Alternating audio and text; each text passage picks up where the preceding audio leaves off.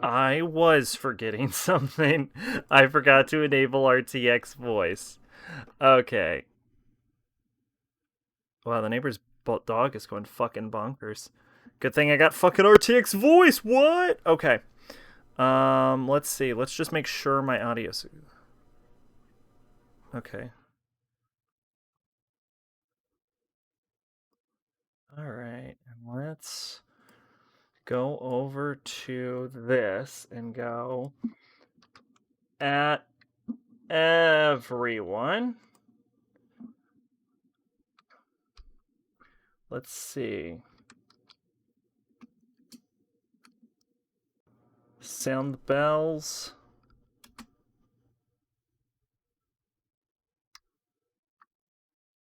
Nope, hang on.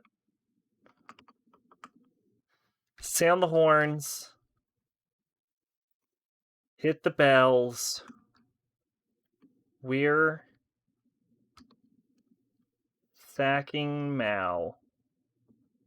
Exclamation point, exclamation point, exclamation point! All right. And then let's just make sure that my lip flaps are lip flappering. Hello, lip flaps. How is your lip flapping doing? Lip flapping perfectly. All right. Hello, everyone. I am Sacrabolic, your envoy of help, and welcome to the worst show I make, SACing MAL, the show where we simply go through Mal's seasonal anime list and find out what I will be watching this season. This season is Winter 2021, the first season of the year. I remembered. You didn't think I'd remember? I remembered. All right. Let's go. Starting off with Shingeki no Kyojin, the final season, which is the final season of Attack on Titan. Only going to be 16 episodes, which, as I have heard, is not nearly enough to actually end the show. And with an average score of 9.18. Good for you, show. But that's probably because if you've made it this far in Attack on Titan, you probably really like Attack on Titan already. Oh, this is considered a winter series, but this actually aired in 2020. Interesting. Okay, Gabby Braun and Falco Grice, what are these names? Have been training their entire lives to inherit one of the 7 titans under Marley's control and to aid their nation in eradicating the Eldians on Paradis. Or is that Paradise? I don't even know. However, just as all seems well for the 2 cadets, their peace suddenly shaken by the arrival of Eren Yeager and the remaining members of the Survey Corps. Having finally reached the Yeager family basement and learned about the dark history surrounding the Titans, the Survey Corps has at long last found the answer they so desperately fought to uncover. With the truth now in their hands, the group set out for the world beyond the walls. In Shingeki no Kyojin, the final season, 2 utterly different worlds collide as each party pursues its own agenda in the long-awaited conclusion to the Paradise fight for freedom. So I'm going to be honest. I hear that this anime is going to be adapting what is considered to be the best arc of the manga. I've also heard that the manga's ending wasn't great. I have always found Attack on Titan to be painfully, just absolutely dreadfully uninteresting. I only appreciated the first season, and it was probably because it had such a heavy military drama leaning. But it's also to a point where I've seen every other season of this fucking show. So it's like, why not just check the box, and like actually finish it? But let's be clear, I genuinely do not give a fuck about Attack on Titan. I think the show is so terribly boring. So let's mark that fucker down. Next up is Yakusoku no Neverland second season. This is the second season of Promised Neverland. This just says the second season of Promised Neverland.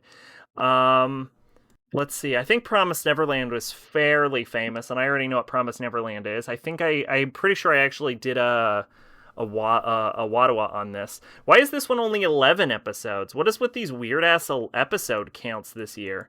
I hear Promised Neverland actually goes down in quality over time, but Season 1 was really fucking good, so throw that fucker on my list right now.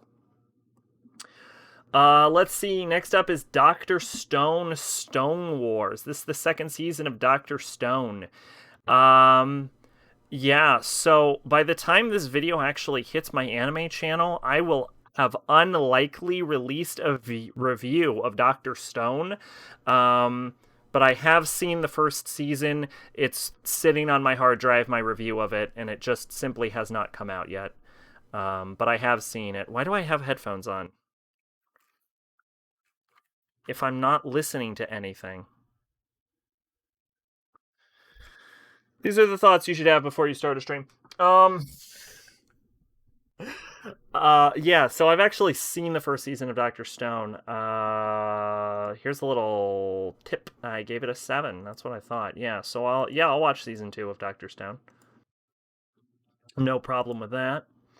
Next up is the second season of Tensai Shitara Slime Dadaken, second season. Yeah. Wow, I have to say Mal is fucking on point with these anime descriptions right now. This is the second season of Tensai Shitara Slime Dadaken. Yeah, I liked season 1. Time I got reincarnated as slime. Season 1 was pretty good, so yeah, I'll give that a watch as well. We don't know how many episodes this one is going to have, which is interesting for that. But yeah, wow, what is with these fucking descriptions? A lot of season 2s, to be fair. This is the second season of wait, second season part 2. Where was part 1? What? Oh. Oh, I totally fucking missed that. Okay. Okay, ReZero Kara Hajimeru Isekai Sekaitsu second season part 2. Whatever. This is the second part of fucking ReZero part 2. Yeah, I mean, I'll fucking watch it, obviously. I didn't realize they split season two in half. That's actually really weird that they did that, but yeah, I'll watch it. Horimiya. Horimiya is an interesting one. Although admired at school for her amiability and academic prowess, high school student Kyoko Hori has been hiding another side of her. With her parents often away from home due to work, Hori has to look after her younger brother and do the housework, leaving no chance to socialize away from school. Meanwhile, Izumi Miyamura is seen as a brooding, glasses-wearing otaku. However, in reality, he's a gentle person, inept at studying. Furthermore, he has 9 piercings hidden behind his long hair and a tattoo along his back and left shoulder. He should not have gotten that. By sheer chance, Hori and Miyamura cross paths outside of school, neither looking as the other expects. These seemingly polar opposites become friends, sharing each other a side they have never shown to anyone else. So, Horimiya is a romance manga that I believe was based off of a webcomic, but the webcomic had a different POV than the original manga. But I've never read the original webcomic, but I have actually read the Horimiya manga, if you'll believe that, which I don't think surprises anyone considering how much romance I fucking watch. So yeah, I mean, obviously I'll watch the anime to the manga I used to read like 1,000 fucking years ago. Oh, they actually made a Horimiya anime in. No, that was. Oh, yeah, 2012. Weird. Yeah. So I've read fucking 30 chapters of Horimiya. So I actually do like Horimiya. Put that shit on my list. Okay, quintessential tuplets. 2 or 5 Toba no Hanayome, and then symbols I don't understand. So here's the thing about this is the manga ended recently and the ending sounds absolutely fucking terrible. And I think sitting here I'm actually wondering if cuz I enjoyed season 1, but I'm actually wondering if I want to put myself through this fucking ending.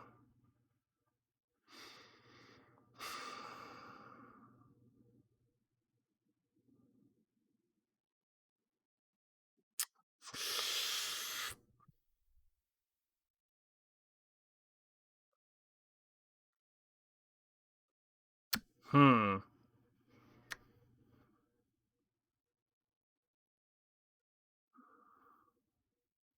I don't think I do. I don't think I want to put myself through this ending. Um.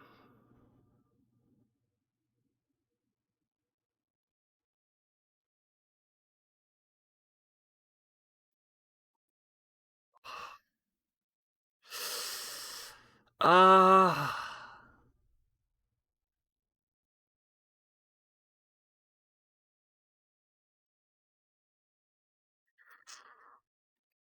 I don't think I do. I don't think I want to put myself through this. Yeah. I don't think I'm gonna watch it. Fucking fast forward 5 weeks from now. I watched it. Okay.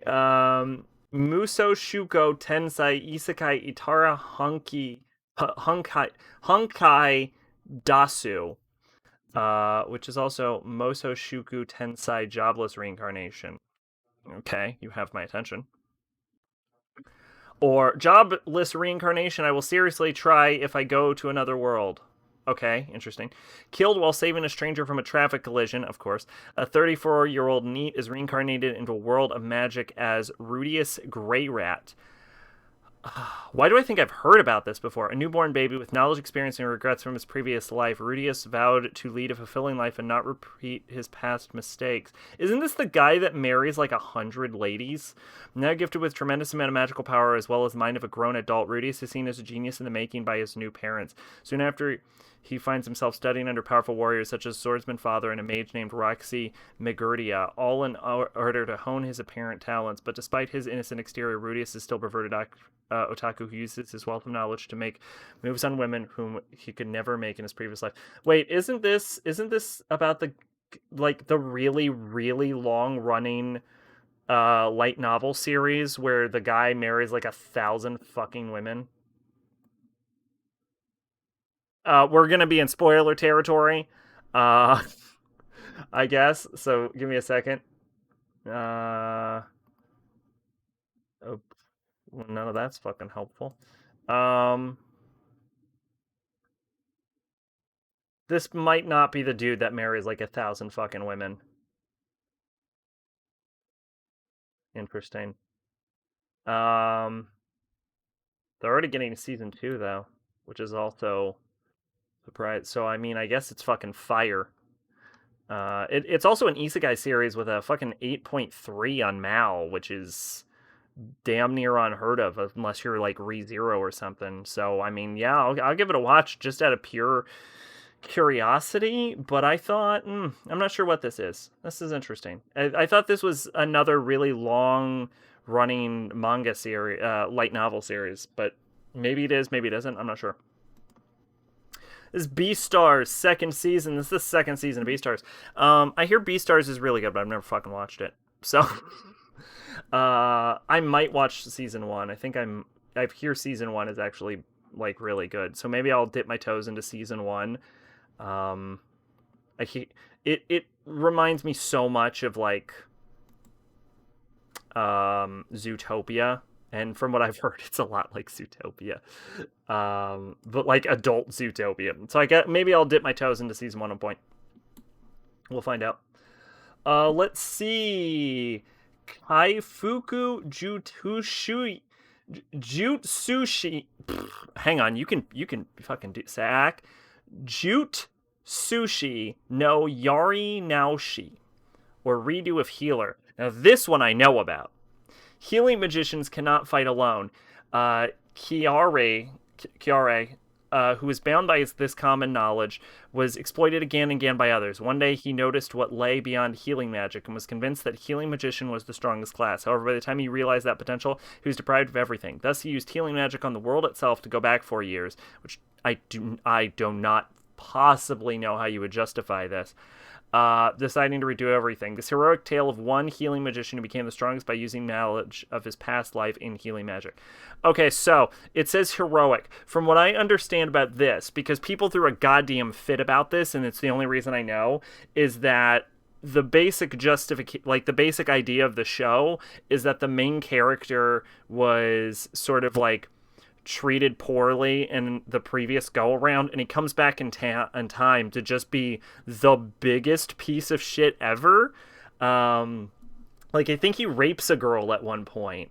So like so it's like if the controversy of Goblin Slayer and the rape scene was actually like real and it was actually part of it, and the main character was actually like a huge piece of shit. Um, is from what I understand what redo it. Now I've never seen it, but that's what I hear is that the whole like central idea about it is the main character is the fucking worst, but the show justifies it because the people he's the worst to are also terrible. Um so what I'm saying is it sounds like a show where everyone is completely unlikable and bad things just happen to bad people constantly. And maybe it tries to justify its main character's shitty actions. The point is, I am interested in this, if only to see how this is executed. As sort of morbid curiosity, like watching a train wreck or something. Um, but yeah. Okay, Hataraku Saibo. This is the second. What are with these descriptions? There's not even like this season is about this and this. It's just like this is the second season of Hataraku Saibo. Cells at Work. 2 fucking exclamation. Well, Cells at Work was good. I'll watch more Cells at Work. But Jesus, what is with these names? Oh, Log Horizon, Entaku Hokai, Log Horizon Destruction of the Round Table. I have seen the previous seasons of Log Horizon, and I think I reviewed them, didn't I? I did. I thought season 1 was fucking boring as shit, actually. And I thought season 2 was actually better, and then it got stupid at the end. And frankly, I'm sure people are going to spend all their time sucking Log Horizon's dick like they usually do. But I don't give a fuck about it. I don't think it's that great. Let's see. Natsu no Taizai, Fundo no Shinpan, The Seven Deadly Sins, Dragon's Judgment. This is the 4th season of Seven Deadly Sins. I'm going to be honest. I will watch it, but this show gets worse every fucking season. It gets a little worse. And I'm gonna be honest, if this season doesn't fucking nail it, I might not watch a 5th one. Because it does not stop getting worse. Yeah, like, look. Every fucking season. It just gets a little worse. So I'm willing to give it a shot, but it needs to shape the fuck up as a show or I'm done. Hodораku Saibo Black TV. Cells at Work Black. This is, okay, due to poor lifestyle choices, a certain human's body is in constant turmoil. With germs, bacteria, and foreign substances abound, the jobs of various cells become increasingly difficult and dangerous. As some of the unfortunate ones who matured in this chaotic environment, Seikekyu AA2153 and Hikekyu U1196 strive to fulfill their duties, even if it means seeing many of their fellow cells lose their lives in their duty. Set in an environment vastly different from its parent story, Hodораku Saibo Black portrays the cell's struggles as they try to maintain the body's health. However, the cell's condition continues to deteriorate, and whether or not these effects will amount to something concrete depends on the cells. So, from Black is, I hear it's a lot darker in tone, in execution, and the original Cells at Work is about like this like ungodly healthy person fighting off every disease known to man, whereas Hodораku Saibo Black is supposed to be about like a real shit tier like person that is just torturing their body and they're just like struggling to make do, and it's all misery porn. Anyway, it actually sounds interesting, so I already marked it as planned to watch, I think, once the trailer came out. So already on that one. Oh shit! I was actually when I heard about this, I was actually excited about it, but they never made an anime about it. So this one actually caught my interest back as a light novel, and I'm glad they're making an anime.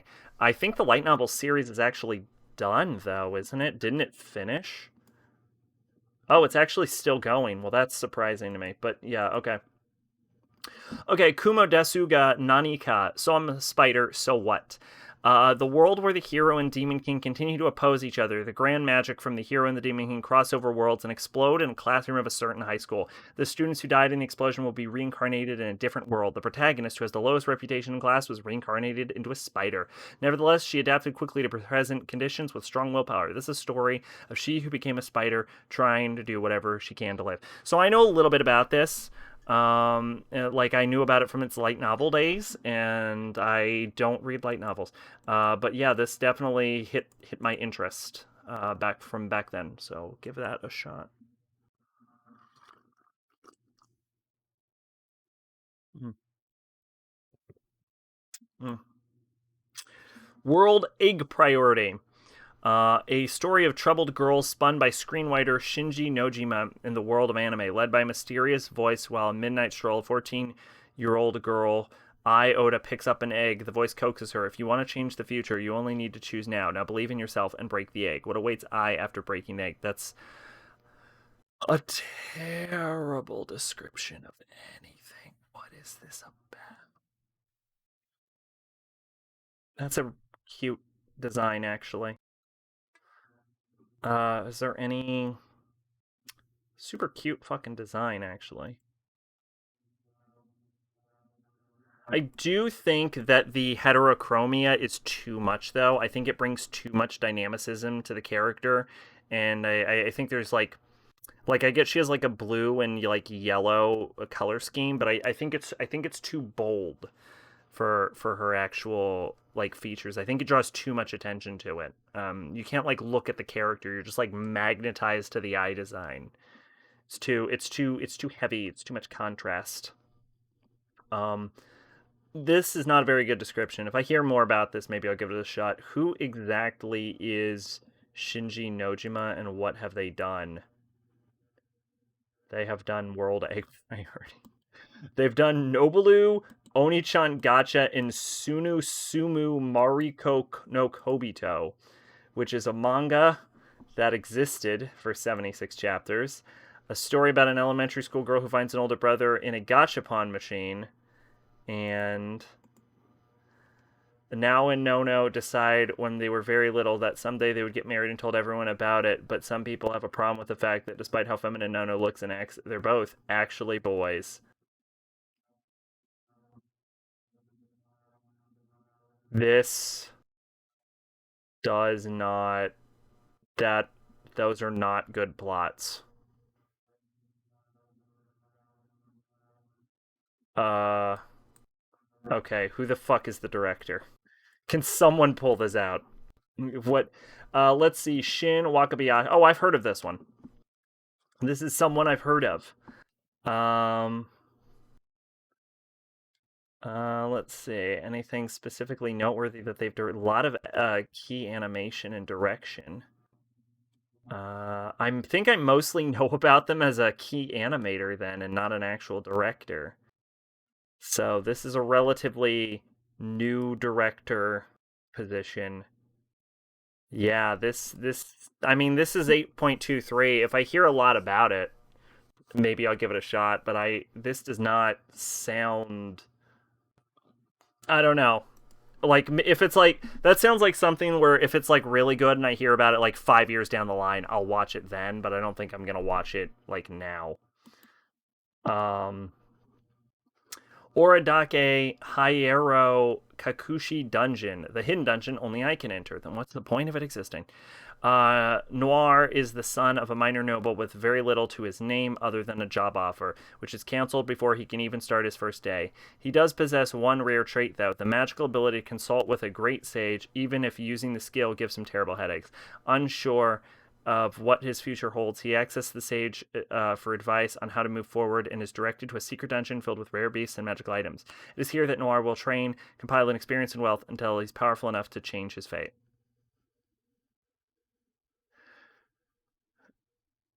I'm interested. I want to know where that's going, I think. I want to know where that's I don't even want to know more about it. I'm already in. Okay. By the way, how much anime did came out? Oh, this is like a full season. Okay, so we're gonna be here for a while. So I need to make sure not to go fucking overboard. Kememno Jihen. When a series of animal bodies that rot away after a single night begin appearing in a remote mountain village, Inugami, a detective from Tokyo who specializes in the occult, is called to investigate. While working the case, he befriends a strange boy who works in a field every day instead of going to school. Shunned by his peers and nicknamed Dorotobo after a yokai that lives in the mud, he helps Inugami uncover the truth behind the killings, but supernatural forces are at work, and while Dorotobo is just a nickname, it might not be the only thing about the boy that isn't human. That actually legitimately sounds fucking terrible. That sounds like complete goddamn garbage. Although this is a very interesting character profile. That's just Bakugo. Okay, never mind. Never mind. That's a lot less of an interesting character profile. SK Infinity. SK8 Infinity. Well, where am I supposed to get the 8 if the title doesn't have it? Whatever. What the fuck is happening in this image? No, hold up. Hold up. Hold up. Hold up. Hold up.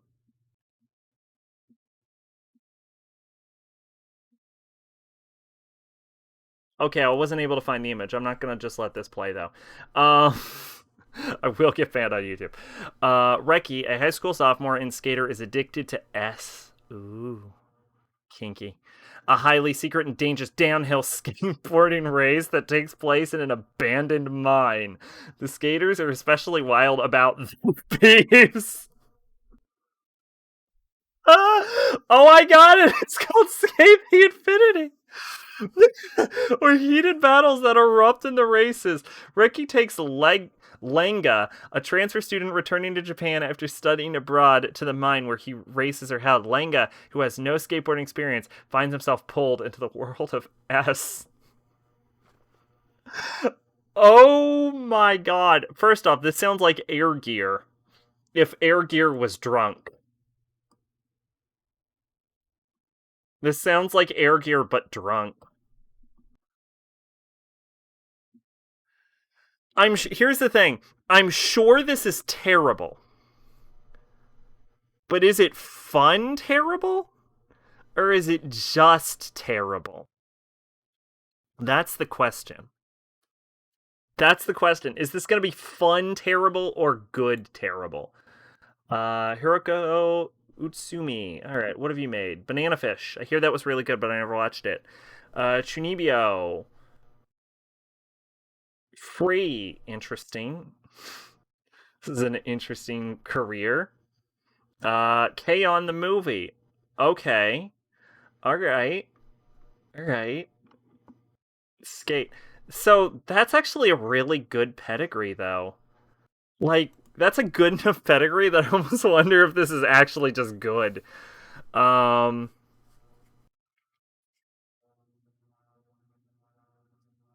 I'm sure it's not. I'm sure it's not good. No, I have to. If there's 128 of these, I got to be selective.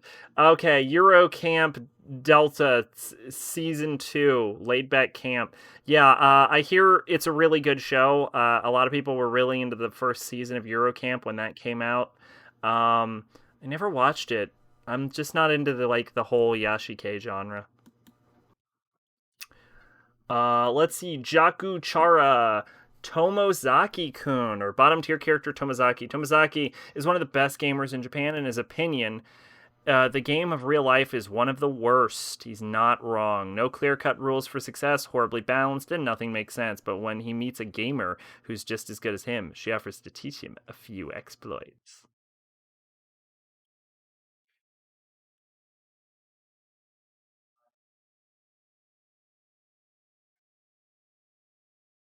Mmm, I'm in. I'm in. You know I'm a sucker for a good romance between two social recluses. Mm-hmm.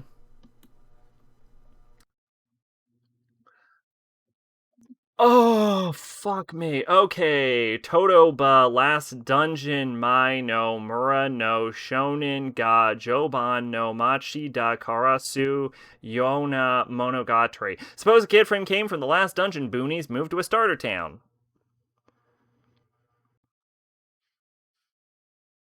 That is not what this says. I'm not sure what this says, but I know that this is not what that says. Let's see. A long time ago, the ancient saviors of humanity founded a village as their haven, with the last descendants said to assist humanity in times of extreme chaos. This village, Kunlun, uh, like from fucking Iron Fist, is located beside the infamous Last Dungeon, a place where monsters of unimaginable strength reside, which serves as the hunting grounds for Kunlun residents. Despite being accustomed to defeating powerful enemies since childhood, Lloyd Belladonna regards himself as the weakest in his village in terms of magic, strength, and intelligence. Even so, to fulfill his desire of becoming a soldier, he goes to the kingdom of Azami to enroll in its military academy. However, as someone whose upbringing defies common sense, Lloyd's innate power might just prove to be the key to end the crisis enveloping the kingdom. So he's a fucking overpowered main character who was shit tier in his own village, and then he just solves everyone's problems. I was gonna say that's a very clean no for me. It sounds fucking terrible, but what I didn't take into account was that this witch's hat is really fucking doing it for me, and I didn't notice that when I originally said no, and that is an attractive hat.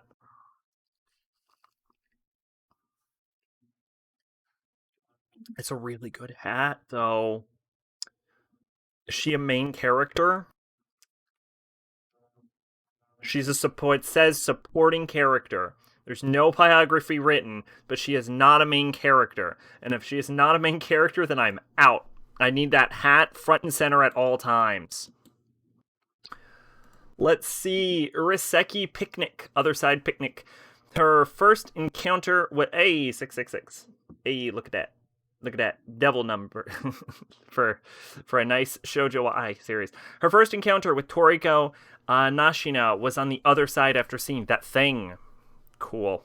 And nearly dying. Ever since that day, exhausted university student Sorowo Kamikoshi's life changed. In this other world full of mystery, which exists alongside our own, dangerous beings like the Kune Kune and Hashiaku-sama that are spoken of in real ghost stories appear. For research for profit and to find an important person, Toriko and Sauro set foot into the abnormal.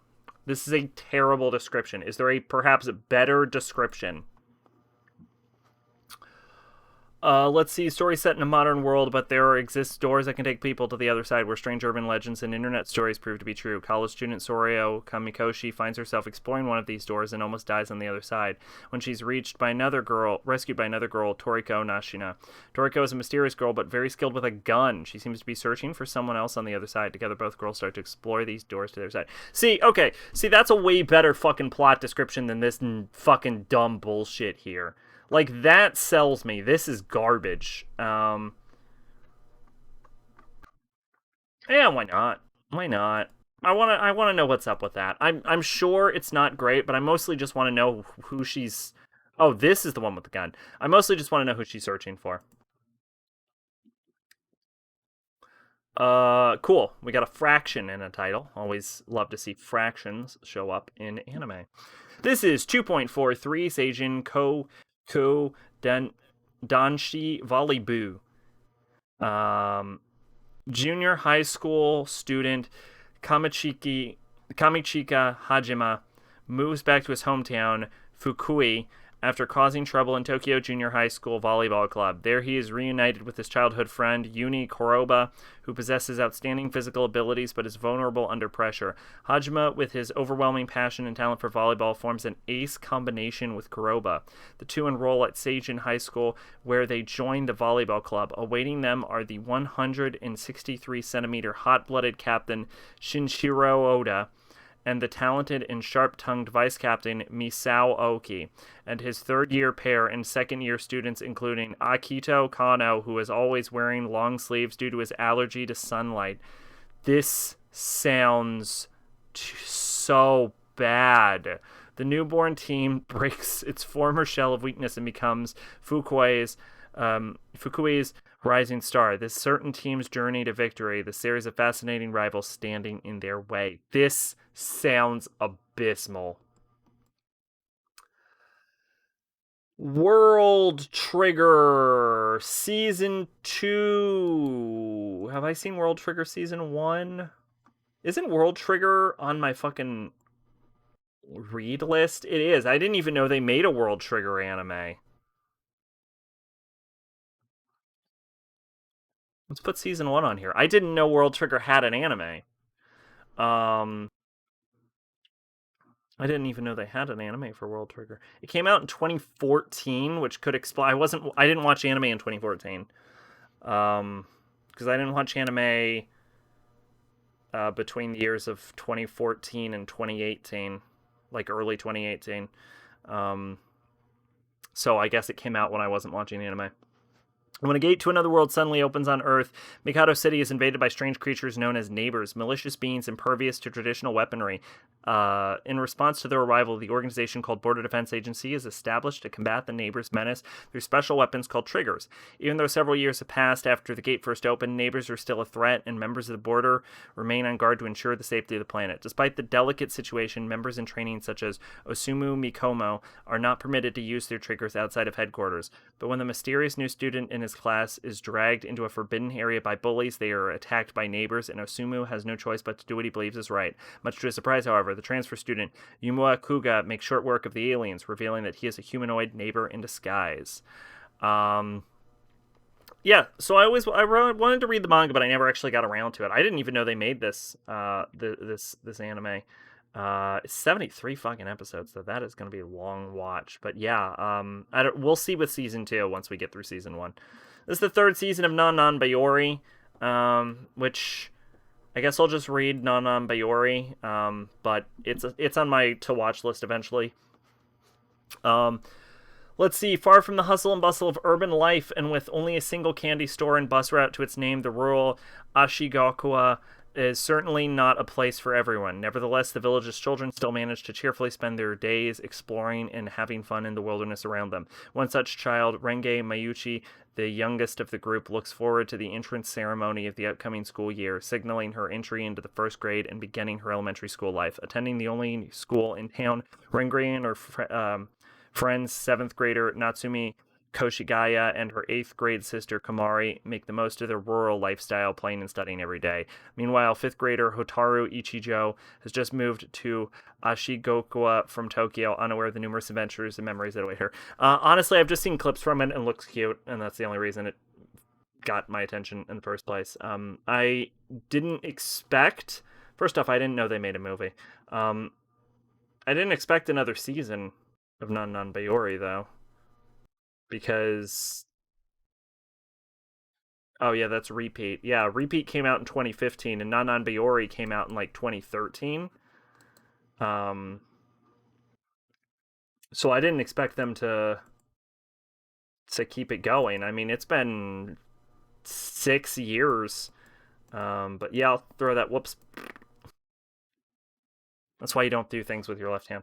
I'll throw that on the list. Why not? X-Arm. See, this is an interesting poster. Let's average score of 2.24. Never. Never have I seen that. That's lower than Helter Skelter, isn't it?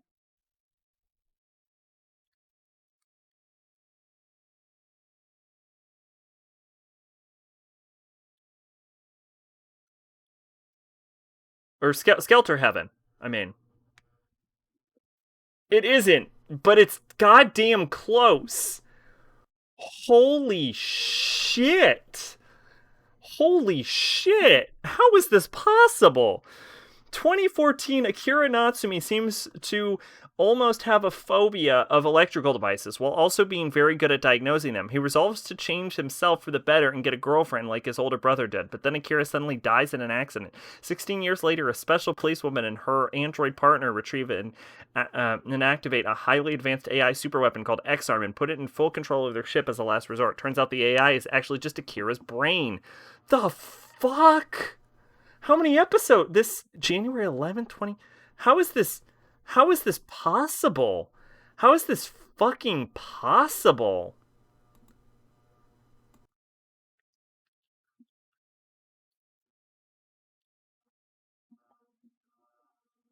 What's the stats on this? Jesus shit, look at that.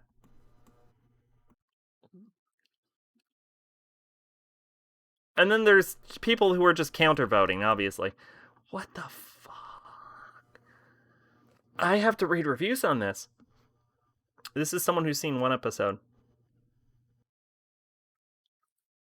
This seems like this is still airing. I don't know why this person says they've seen 12 episodes. Just don't watch it. It's a pain to look at. Characters are bad. Premise is confusing. It's a pain to look at. Did I mention that the show's a pain to look at? Is this just getting downvoted because it looks like fucking hot garbage? If you read the manga, you'll know the story. I've read it, never read it, and I'd say the intro is good, but the core issue, if you come to watch the anime, I suggest you skip this. The anime CG is like bad quality copy of Aijin. Reason skip: mouth sync is off, facial expressions are flat, movements are rigid, some extra characters' movements don't, weird blurry effects. Okay, so everyone's just saying it looks like garbage, but no one's commenting on whether the show itself is decent or not. Like, sure, even if it's the worst animated thing ever, and people seem to think it is, that doesn't necessarily mean, like, maybe it has a good plot or something. I don't know. I'm curious. How long are the episodes? It doesn't say. I'll mark this on my list. I'm not going to guarantee I watch this, um, but maybe we'll see. I don't know. Sounds like that show needs a fair shot. Bungo Stray Dogs 1. The peaceful days of very popular work Bungo Stray Dogs are here. The characters, the Armed Defense Agency, and the Mafia are in miniature form due to Atsushi and Co. becoming cute. This is a different experience to the original work. A pleasant gag manga. This is an anime. Great job, Source Bungo Stray Dogs Wiki. What a great fucking description. So this is an anime version of a gag manga that's based off of Bungo Stray Dogs, which I may or may not watch at some point. Wow, didn't even hit my list of things to care about. So, what the fuck is Bungo Stray? Maybe what we're confirming is maybe I'll watch Bungo Stray Dogs. What's Bungo Stray Dogs actually about? For weeks, Atsushi Nakajima's orphanage has been plagued by a mystical tiger that's not a great start. That he seems to be aware of, suspected to be behind the strange incidents. The 18-year-old is abruptly kicked out of the orphanage and left hungry, homeless, and wandering through the city. While starving on a riverbank, Atsushi saves a rather eccentric man named Osumu Danzai from drowning. Whimsical suicide enthusiast and supernatural detective, Danzai has been investigating the same tiger that has been terrorizing the boy. Together with Danzai's partner, Dopo Kunakita, they solve the mystery, but the resolution leaves Atsushi in a tight spot. As various odd events take place, Atsushi is coerced into joining their firm of supernatural investigators, taking on usual cases the police cannot handle alongside his numerous enigmatic coworkers. I hear this is actually a pretty good show. Might be worth a shot. Might be worth a shot watching. We're not going to watch the fucking gag series no matter what, though. I would have to be, like, in love with Bungo Stray Dogs for that to ever actually hit my real radar, but maybe we'll give the original a shot. Why do I insist on using my left? It's because there's no good place to rest my right arm. This is an interesting art style. This looks like the same art style as, Nanashi no Taizai. Who's the character designer on this? God is apparently a character. That's fun.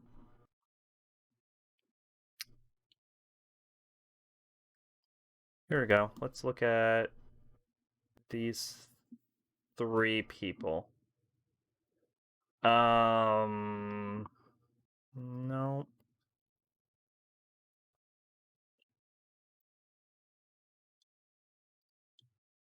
No, this is all completely different art styles.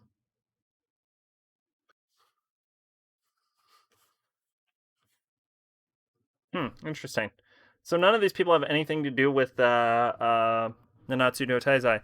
How many random isekais have you passed? Like five, I think, is what's currently on the list of to watch. Welcome, mate. Yeah, this looks so much like Nanatsu no Taizai's art style. It's weird. Okay, anyway, I'm sorry. Tenshi Sozu Design Boo, Heaven's Design Team. In Heaven's Animal Design Department, designers create a variety of new animals daily, while contending with unreasonable requests of their client, God. The series answers questions such as, why can't unicorns exist? What makes an animal taste delicious? What's the most powerful creature in the ocean? And bird versus snake, who would win?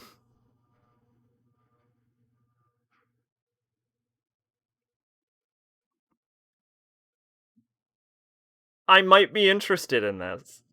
That might actually have sold me. I kind of want to see where that's going. Okay. Hortenasia Saga. By the way, how you doing tonight, maid? Hortenasia Saga is a medieval fantasy tale of war and chaos. 3 years ago, the king was betrayed and murdered by one of his dukes, who then rebuilt the kingdom into his own. But now the original heir to the throne has secretly come of age. Hiding in the guise of a man, she and her loyal band begin to quest to save her homeland. That actually sounds interesting, honestly. It's based on a game. Not a great sign. What a fucking generic. Why is she wearing what looks like a sailor uniform that fucked a cleric cloak? My internet works about as well as my copy of Manhunt. Oh, that's sad to hear. What? What? God, why is one of them a maid? Why? Why are the villains all evilly smite? This. The plot sounds interesting, but the posters look, and that's just a ripoff of a Fire Emblem character. And why is there a dumb blue cat mascot? God, at least I get a resurface, man. That hey, you just gotta resurface your internet.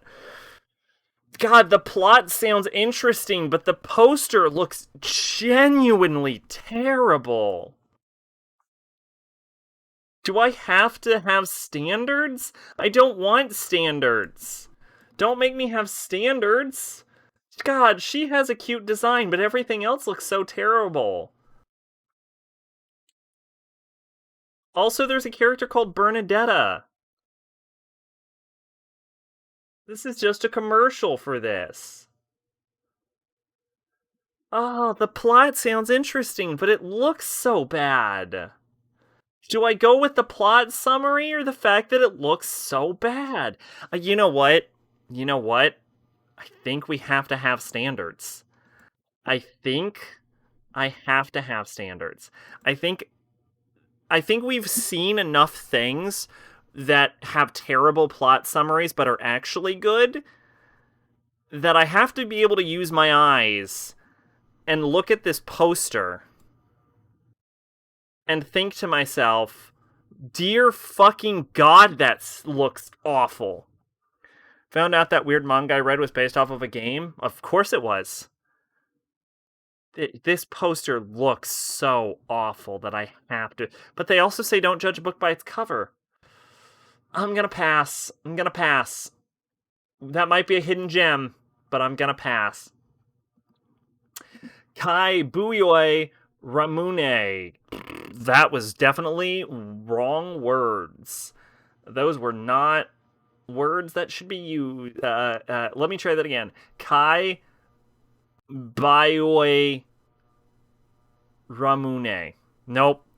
I don't speak Japanese. Fuck off. Dr. Ramune, mysterious disease specialist. Isn't that a fucking drink? As long as hearts exist inside of people, there will always be those who suffer. And then something strange enters their mind and causes a strange disease to manifest itself in the body. The illness, which is called a mystery disease, is unknown to most, but certainly exists. There's a doctor and apprentice who fights the disease with modern medicine cannot cure. His name is Ramon. I've named him Ramon. He acts freely all the time, is a foul mouth, and doesn't even look like a doctor. However, once he is confronted with the mysterious disease, he's able to quickly uncover the root cause of his patient's deep-seated distress and cure them. And beyond that, he fucks them good. No, it actually does sound actually bad. Apparently, when you go into the like item menus, sexually harass your servant is an option. Guess that explains all the times he's like, "I'm gonna touch your feet." Well, you know what? That's how you do it. That sounds like my kind of game. Buying it right now. Vlad Love. Mitsugu Banba is a high school girl who finds meaning in donating blood. She freaking good for her. You know, the life you save might be your own. She frequently visits a blood bank to just donate blood, despite being harshly treated by the nurse. One day, she encounters a beautiful girl who looks like she's from overseas at the blood bank. The pale girl looks like she's about to faint any minute. But then she starts destroying the blood bank. The girl loses consciousness, and Mitsuki takes her home. Okay, so she's clearly a vampire.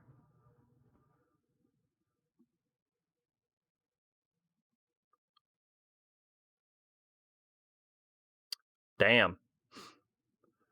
She brews him tea through her fucking pantyhose. That shit was funny. No, that's actually a way to do it, though.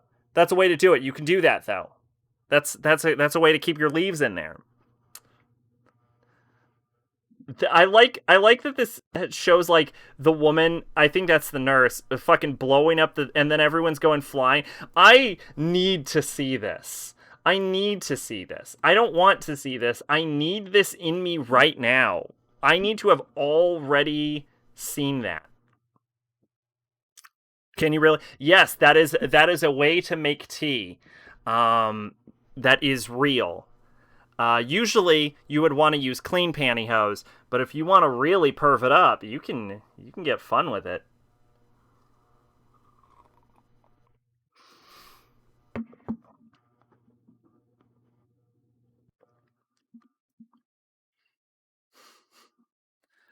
Back arrow.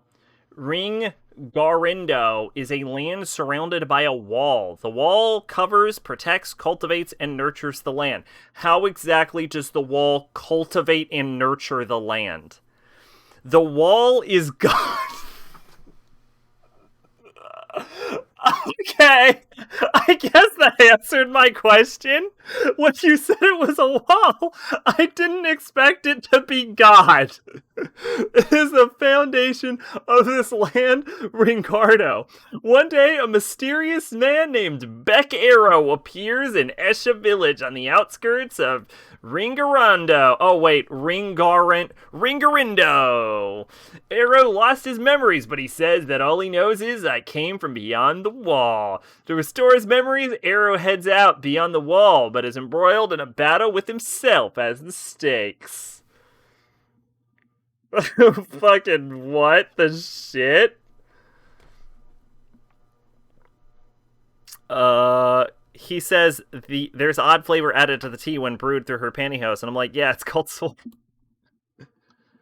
Uh, what the fuck is this? Oh, that's a very pretty lady. Or gentleman?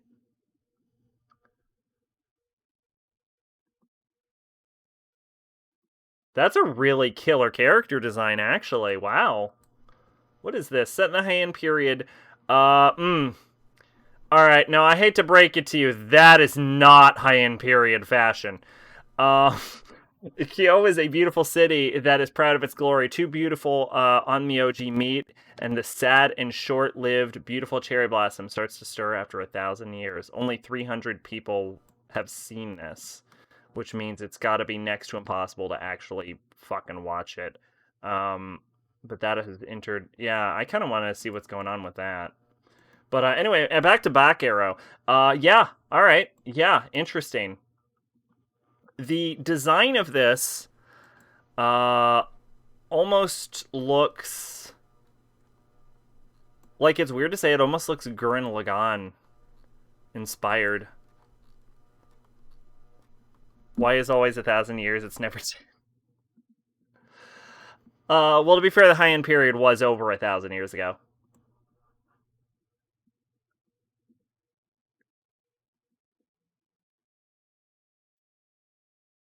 You know what? I want to give this a shot.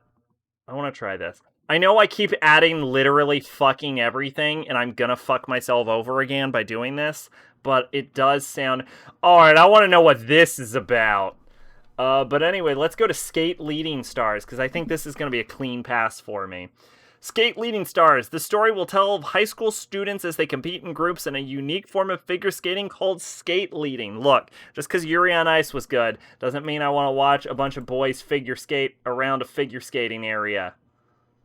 That said, look at that boy's ass. Mm-hmm.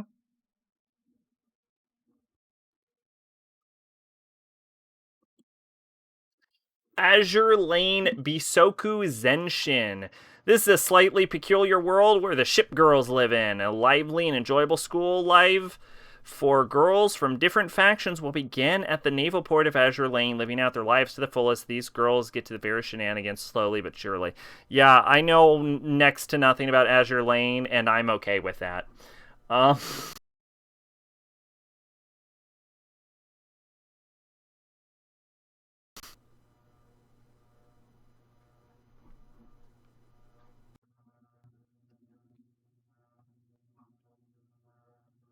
yeah, everything's fine.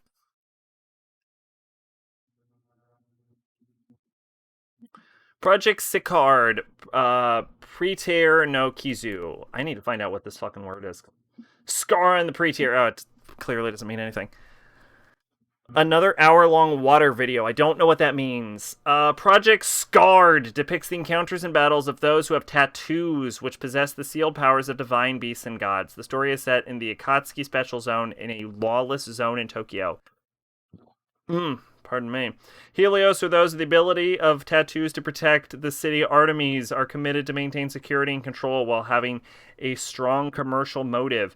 And the Public Security Special Service are scared staff of the Metropolitan Police Department. They live through the turbulent days to keep uh, on going.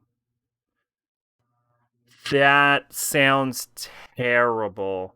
That sounds so unbelievably bad. This, on the other hand, uh, Jimmy Hen, Jimiko, Wo Kaicho, Jun Isai, Koyu. The story follows Rena Yukuhashi, a reserved office lady. I'm in. And Roihei Hachiya, a businessman and fellow colleague. Yukihashi appears to be the most reserved girl in the company, but becomes a super beautiful woman when she dresses up. Let me be clear. No woman becomes a super beautiful woman. She's either already there and is dressing down, or um, I don't even know what it means either. I wrote something, but it was autocorrected, and now I don't even remember what I was trying to say. Well, hour-long water video is very interesting. But becomes a super beautiful woman when she dresses up. That means she was always beautiful, for the record. Flustered in the presence of her transformed self, Hachi insists on taking her out, only to find themselves in front of a love hotel. Oh, this is this season's almost hentai. Unfortunately, I wasn't able to find last season's almost hentai. I looked everywhere and I wasn't able to find a copy.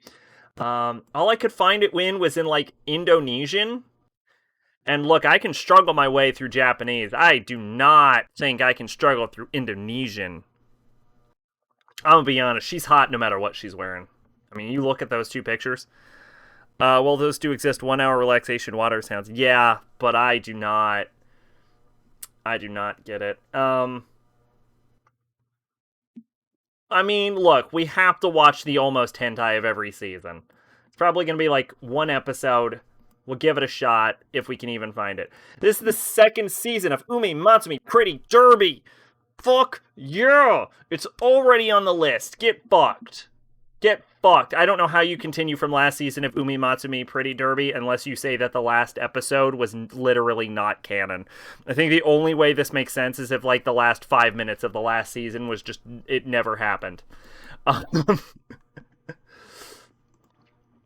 Majutsushi Orphan Hagure Tabi Kimlucken, Sorceress Stabber Orphan Battle of Kimluck. Yeah, all I know about Orphan is that I played part of the game when I was a kid. and that it's like a billion years old. Like, I think it's older than me. Also, Zach, if you're like a fucking Hollywood movie makeup artist, you can make a non-conventionally beautiful woman look like a model. You know what? You're right. You win this round. You got me. You got me. You know what? You can make a woman look beautiful. I guess you're right. I guess you're right.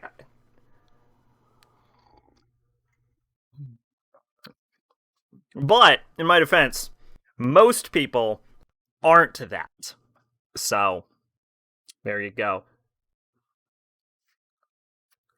Or you can hide your face and not speak and look like a Japanese orga. Yeah, well, those Hollywood makeup artists can do anything with anything, though, to be fair. So, oh shit, I didn't know you were a Hollywood makeup artist. In a world of magic and monsters, there should be a new rule that if I can't say your name, I won't watch your show. Um, Cry Lancello Fernrandy and his foster sister Azalea Kate Sith were once promising students of sorcery, prodigy. There we go. Prodigies at a famous Tower of Fangs, but an experiment gone horribly wrong warps Azalea's appearance, trapping her in the form of a dragon. Elders at the tower, more interested in preserving the reputation rather than the students' lives, drive off the transformed Azalea and cover up the incident. Outraged, Crylencilio strikes out on his own, taking the name of Orphan and vowing to return Azalea to her normal state. I wish I'm terrible with makeup. I don't wear makeup, and I've never applied it to anyone, so I don't know. 5 years later, Orphan's quest has stalled. A chance encounter brings him face to face with Azalea again, but he still has no way to restore her body. With a hostile group of sorcerers hunting her down, he may be running out of time. The past and present collide as Orphan tries to find out how to save Azalea from his former teachers and friends. All I know about Orphan is that I think it's older than me.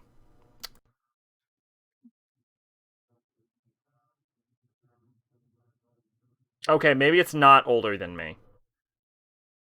1994. It's pretty fucking close. It's really fucking close to being older than me. Um okay, let's see. Can't even paint my nails right. Okay, so the best thing about painting your nails is that you can just slap on the paint and then your skin is so oily that it'll just whoop right off and then your nails are just perfect. Like as long as you're doing like fancy designs, you can't fuck up painting your nails. You telling me you never put on the Halloween costume makeup they sell for like $1? No. No, I have not. Wave surfing. Yappa.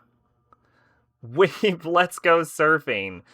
Misaki Hinoka, who grew up near the coast of Orai in Ibaraki Prefecture, meets a prince-like transfer student Sho Akitsuki before the summer break, who introduces him to the world of surfing. Through surfing, Masaki meets irreplaceable friends and experiences farewell. As he becomes an adult, it is the beginning of a never-ending story of boys fascinated by the charm of surfing. I paint them black. Gotcha. Um, so it's like a coming of age story, but it says it experiences farewell, but then it says it's a never ending story. So I guess it's a never ending story in the context that they never stop surfing, but then they never see each other again, which is interesting. I like this guy's hair, and that's about all I can say. I like that guy's hair. Wear a lot of black, can't match colors very well. Black goes with pretty much everything. But if you have too much black, then you just like look all monochrome and then you don't stand out and then you just look boring. You gotta get some color in there. Maybe a complementary color with black, like a nice purple or something, or blue. Neverending Story is a load of shit. That movie did in fact end. You know what? I watched that movie when I was like 3. I don't remember anything about it. Idoli Pride. I used to wear a lot of black. I don't anymore, but I used to wear a lot of black, and I used to complement it with reds. Black and red used to be my gimmick. I know, black and red used to be my thing. Oh, what? Who would have ever guessed? God, there's no possible way to have guessed that. Wow. Okay, Idoli Pride. To become an idol, I shed blood, sweat, and tears. Even I was not emo. I was always way too happy to be emo, and I hate emo music. Even so, I push on. I want to shine. I want to earn it. I want to become number one. I want to smile. I want to make my dreams come true. I want to look back at a sea of people. I want to be noticed. I want to find it. I want to overcome obstacles. I have only pride inside my chest. No one is in the spotlight from the beginning. Everyone is weak. Only those who will do not break will reach the highest peak to become an idol. This is the story of idols who face big dreams and harsh reality. God damn. I don't I don't think I want to watch an idol show, but if I did, that would have fucking sold me. Black and red is the go-to emo color, Sack. That doesn't make me emo. I didn't I didn't necessarily dress emo either. Like I didn't wear like the skinny jeans or any shit like that. I dressed more like a biker in high school.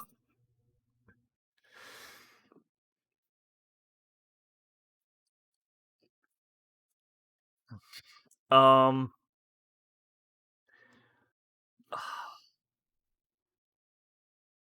I don't know why I want to watch this, but I do want to watch this. Is that weird? I've never wanted to watch an idol show before, but that is a good description of a show, and I want to see this. I want to see Idly Pride. I'm in. I can't believe I'm saying this. I'm fucking in. Let's see. Let's go. Let's go, Idly Pride. Let's see what you got. So you look like ZZ Top? Probably. Let me look up a picture of ZZ Top.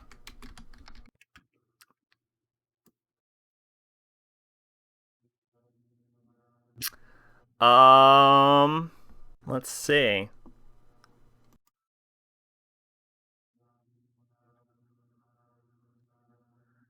Look up a picture of ZZ Top, and yes, I looked like ZZ Top, but without the beard and the hat. But otherwise, pretty much, you nailed it.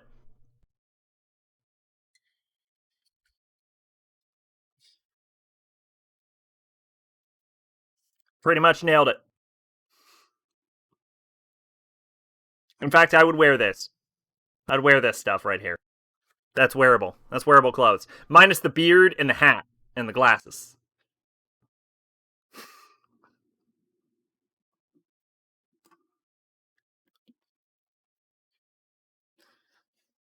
Let's see. So, look, I didn't say I dressed great either. I'm just saying I wasn't emo. Soko Musume Senki, LBX girls. In an unplanned field trip, Rico is transported to an alternate Japan where metal-based life forms known as mimesis ravage the world. Only girls equipped with LBX armored weaponry can stand up to the scourge. Joined by four other displaced young women, Rico will have to adapt to save humanity. The hope of a planet now rests on these heavy metal soldiers who have one desire, one wish, to return home again. Fuck me! Why is everyone not watching this? Wow! Yes! Fuck yeah! I'm in! It sounds like Blue Gender, but with ladies and no bugs. I used to dress like Courtney Love, so I'm not a saint either. Geki idol. Geki idol. It's the word Geki and idol, but they smashed in a weird place, and I'm not sure where to place my stress on the. I don't know where to put the stress on the consonants. Geki idol. set 5 years after a mysterious disaster of a city's sudden disappearance of girls fascinated by the theatrical material system using 3D holograms agents to brighten the stage during the city's post-apocalyptic recovery? Do you mean to tell me this is an idol show set in a post-apocalypse? What the fuck? What happened to idol shows? Last I checked, idol shows were about, like, teenage girls being like, I want to be a singer and make my dreams come true. Now idol shows are like, yo, you can do it. You gotta work your way up. And, yo, this is an idol show, but in a fucking apocalypse. Shin Megami Tensei Idols vs. God. Yeah, what the fuck is happening? What the fuck is happening? When did idol shows become about a pie? This girl just has a sword. No, I'm in. Obviously, I want to know. I want to know what the fuck is happening. What? Why? You can't sell me on all this idol bullshit. I'm very upset. I chew halfway through the idol. School begins at Étoile Voyant School. Probably said that wrong. I'm confident I said that wrong, but I certainly attempted it a little bit. Okay, I tried out the first word and then gave up the second word when I realized there was a second word. Where idol hopeful students known as Aichu will undergo training to become full-fledged idols. However, things are off to a strange start when new students are given a speech from their bear principal. Oh shit! And then the bear principal says that they're gonna have to kill each other if they want to graduate, or they're gonna spend the rest of their life in idol school? Oh my god! The Aichu work steadily toward their goals and ask, what is an idol? Each boy will learn to shine as they struggle to find their answer. See, now this is what I would expect from an idol fucking anime. There's fucking students, they want to be idols, they're in a school, and then there's some dumb gimmick. I don't normally expect there's some idols, they want to be idols, and then a fucking apocalypse happens. Love Live. I'm gonna make my dreams come true. New idol shows will sacrifice the son of... Exactly. This is what I would expect an idol show to be about. Not a random apocalypse. Okay, what do we got here? Yadogame-chan Katsatsu Nikki Sansume. This is the third season of Yadogame-chan Katsatsu Nikki, which I have never fucking heard of. I think that's a lie. There was also a second season of this show that came out last year. Did season one... Okay, so season one did hit my... Oh, this was a Craters and Pack anime. So this is actually really short, and I can probably watch this in like 6 seconds. Let's see. After growing up in Tokyo, high school student Jin Kaido moves to Nagoya, where he meets Yadogami Monika, a fellow student who puts her Nagoya dialect on full display. With her cat-like appearance and unvarnished Nagoya dialect, Yadogame won't open up to him at all. This popular local comedy is increasing the status of Nagoya through observation and adorable Yadogami-chan. Okay, all right, fair enough. All right. I see how this got my watch juices going. Yeah. So if it's good, we'll watch it. Okay. Winos Diva Live. It sounds like it kind of bit off Data Live's bullet there, but okay, sure. This is the third season. Oh, this is based on Selector Infected Winox, which is about card games or some shit, right? Yeah, it's like Madoka meets card games. Right. Well, I avoided it in 20... Well, I guess I still have a moral obligation to read the description of this anime that I intentionally never watched. Things are not always what they seem. This is especially true for Ruko Kominato, when she receives a deck of cards for the popular card game Winos, only to find a girl trapped inside her LRIG, or avatar card. Upon meeting others in the same situation, Ruko discovers that she has now become a selector, a player in a special version of Winnos, where girls battle each other for a chance to have their deepest desires come true. However, there is a catch. In contrast to the glory that awaits them after their victories, there is a cruel fate. If they lose 3 times, their lives will be destroyed. In an anonymous game filled with lies and deceit, Ruko and her newfound friends must uncover the secrets behind Winnos and realize what is truly most important to them before it is too late. Unisac, before this, I never thought a rhythm game SMT could work, but I was proven wrong. Did they make that? Show by Rock Stars? This is the All-Star Seasons of Show by Rock, featuring all the bands of the previous. So Show by Rock is like a fucking... from what I understand, it's like a show that mostly focuses on like music and shit. Like, it has like 3D animation, and it's like this cute little idol show. I'm not gonna like read all the descriptions, but because Show by Rock, I feel like, is famous enough that I don't need to read what it's about. I think everyone knows Show by Rock. World Witches Hashin Shimasu. Countries all over the world formed an alliance to counter emerging enemy of mankind, Niroi, whom only girls with special powers could counter. However, Niroi never appeared, instead fighting the witches spend their days idly. This time following not only Unit 501, but also Unit 502, known as Brave Witches. The second volume of the comical daily drama of witches who do not fight Niroi begins. I am so fucking confused. So this is based off of okay. This is based off of Strike Witches. Okay, all right. This is based off of Strike Witches, but the plot is that the plot of Strike. I don't know what it is, but I also don't care. Fair enough. This is okay. So World Witches is about Strike Witches. If the plot of Strike Witches just never fucking happens, all right. That's fair enough. That's fair enough. Did Strike Witches ever actually hit my radar?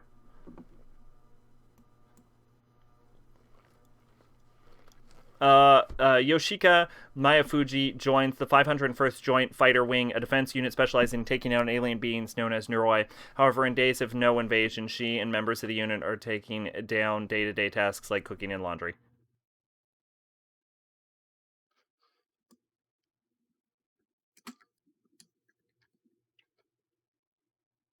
There we go, Strike Witches.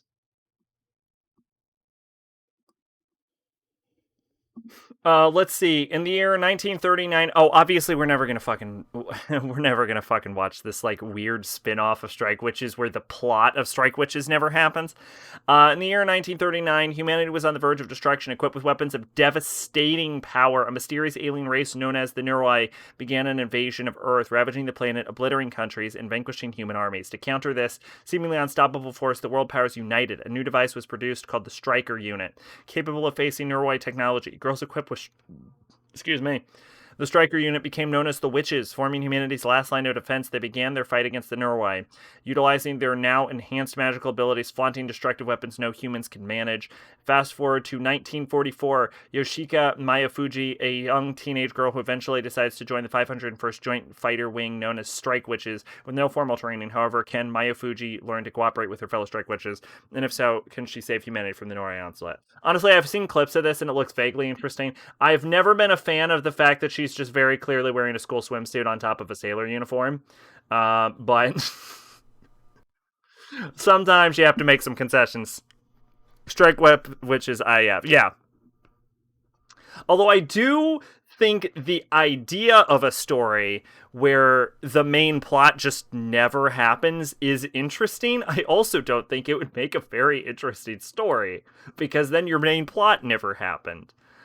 Yami Shibai 8. Now, if I remember, Yami Shibai is a very famous anthology horror anime series that went downhill after like season 2.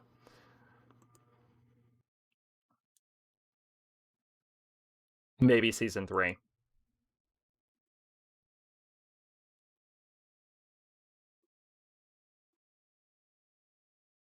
Maybe season 1. If I recall correctly, this is a series of short horror anime that like went downhill very quickly. So I'm not going to read that. I just told you what it's about, and I'm also not going to watch it because I don't like horror series, believe it or not. Steins Gate, if Steins Gate plot never happened, aka The Big Bang Theory. There you go. Maiko San Shi no Makanai San. Kyo in Kyoto from the Maiko House. Maiko House. Kyo and Sumire came to Tokyo from Amori Prefecture, dreaming of becoming Maiko. But after unexpected turn of events, Kyo starts working as a live-in cook at the Maiko house. Their story unfolds in Kagai, the Geiko and Maiko district in Kyoto, alongside their housemates, Maikos. Kyo nourishes them daily with her home-cooked meals, and Sumire strives towards her promising future as a once-in-a-century Maiko. Step into the glamorous Kagai, warm your heart, behind-the-scenes anecdotes, and Kyo's kitchen episodes. Stay tuned for this touching tale of two childhood friends lifting each other as they grow together. I forget what... This has a very interesting, cute art style, by the way. I forget what a Maiko is, though. A Maiko is a geisha apprentice. Geisha apprentice. So she wants to be an apprentice geisha. Fair enough. Could be cute, but we have to draw the line somewhere, and that is where I've chosen to draw my line. Okay, Shin Shuka Ichiban second season. This is the second season of Shin Shuka Ichiban. Who would have fucking guessed? I apparently blew off the first season of Shin Shuka Ichiban. After passing the... Oh. It was even earlier. Okay, Shuka Ichiban. Oh my god! So, wait a minute. So, there was an anime that came out in 1997, and then the second season came out in fall of 2019, and then the next season came out in winter of 2021. This show needs to get a handle on its shit. Yamishibai is a play on Kimishibai, which is a woodblock storytelling thing, kind of like a puppet show. Shujo Tsubaki was originally Kimishibai's story before Shuhiro Maru Grim Fairy tailed it up. Interesting. Okay, let's see. This takes place in the 19th century China during the King Dynasty? King Dynasty? Where the emperor was weakened and the country was close to chaos. It is also during a fictitious era called the era of the cooking wars. Yeah, that certainly sounds fictitious. It is an era in which top chefs with different cooking styles tried their best to improve their skills and to become the best chef in China. It is a country where insulting a high-grade chef or fooling around with some cooking could land a person in jail, and impersonating a top chef is as good as usurpation of authority. Usurpation. Chefs compete with each other in order to gain respect and even power, but also risks of losing everything. The country of China has 4 major regions: Beijing, Sichuan, Shanghai, and Guangdong. The beginning of the story takes place in Sichuan, Mao's birthplace. After the death of Mao's mother, Pai, who is called the Fairy of Cuisine, Mao becomes a super chef in order to take the title of master chef of his mother's restaurant. However, before he takes his mother's place as a master chef, he continues to travel China in order to learn more of the many ways of cooking. In hopes of becoming a legendary chef, just like his mother, during his journey, he meets great friends and fierce rivals who wish to challenge him in the field of cooking. This sounds like something that might have inspired, like, Toriko and Food Wars. Is this the first Chinese show? No, this actually sounds Japanese. Yeah, Studio Nippon Animation, director Masumi Ano. Yeah, no, this is pure, or at least the original was pure Japanese. Sounds Japanese. Director Itsuru Kawasaki, studios Production IG and Nippon Ad. Yep. So this is just an anime sat in China. I mean, I'm not interested in it, but that sounds like a show that was probably pretty influential. Idols. The anime production will use motion capture technology to capture the movements of the voice cast while simultaneously producing voice recordings. So in other words, they're creating a 3D idol show with, like, real idols as virtual idols in an idol show. I will say that what draws my attention to this, I won't watch it, but what draws my attention to this is the alternate title from Idols is Idols Idol Survival.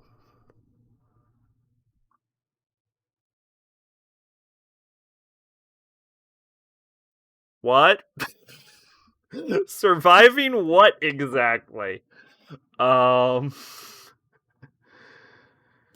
Okay, Tropical Rouge Precure. This is like season 1,000 of Precure.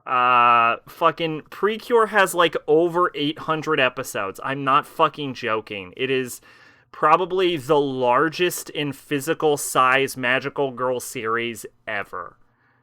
Um, I'm not even joking about the 8. I actually added up the episodes of every season of Precure. It actually legitimately has like 800 or more episodes of fucking Precure. That is not even including OVAs, ONAs, specials, movies. That's just raw show. There is over 800 episodes of fucking Precure. It is so long running. Which is interesting because when you look at the modern Precure designs, you always look at them and you're like, that looks like a rainbow threw up.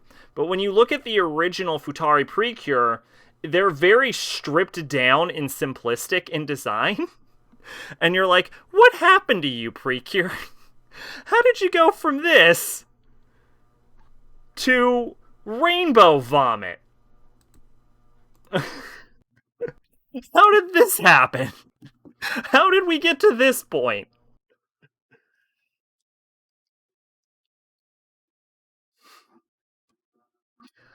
ABC Shugoyo Nikki. ABC Working Diary. ABC is a bit klutzy and ditzy, but he's full of spunk, and he starts his dream job at a TV station. This is a work comedy filled with all kinds of hijinks. I never knew it was so hard working at a TV station. See? Despite having to face the unknown rules of the TV business, unique co-workers... I'm sorry, that says does that say coworkers or cow? That says coworkers. I'm crazy. I almost said cow workers. And guest stars who have very particular quirks. ABC takes them head on in his positivity. Work, love, family, whatever goes. Please watch ABC as he takes on the TV business. No, thank you. Looks like a Starburst. Exactly. D4DG Petite Mix. Petite Mix. Aired within the D4D Photon Maiden TV program. Okay, what the fuck is D4D Protein? It's a new media mix by Bushiroad. The world is a weird place. That pink girl is super fucking cute, though. I mean, say what you will, these character designs are really good. I mean, obviously, it's a nothing show. Like, it's barely a show, but Kindan Joshi. Here's what we know about Kindan Joshi. 5-minute episodes. Comedy romance. And its main character is named Hanako. 5 episodes. It's already finished airing.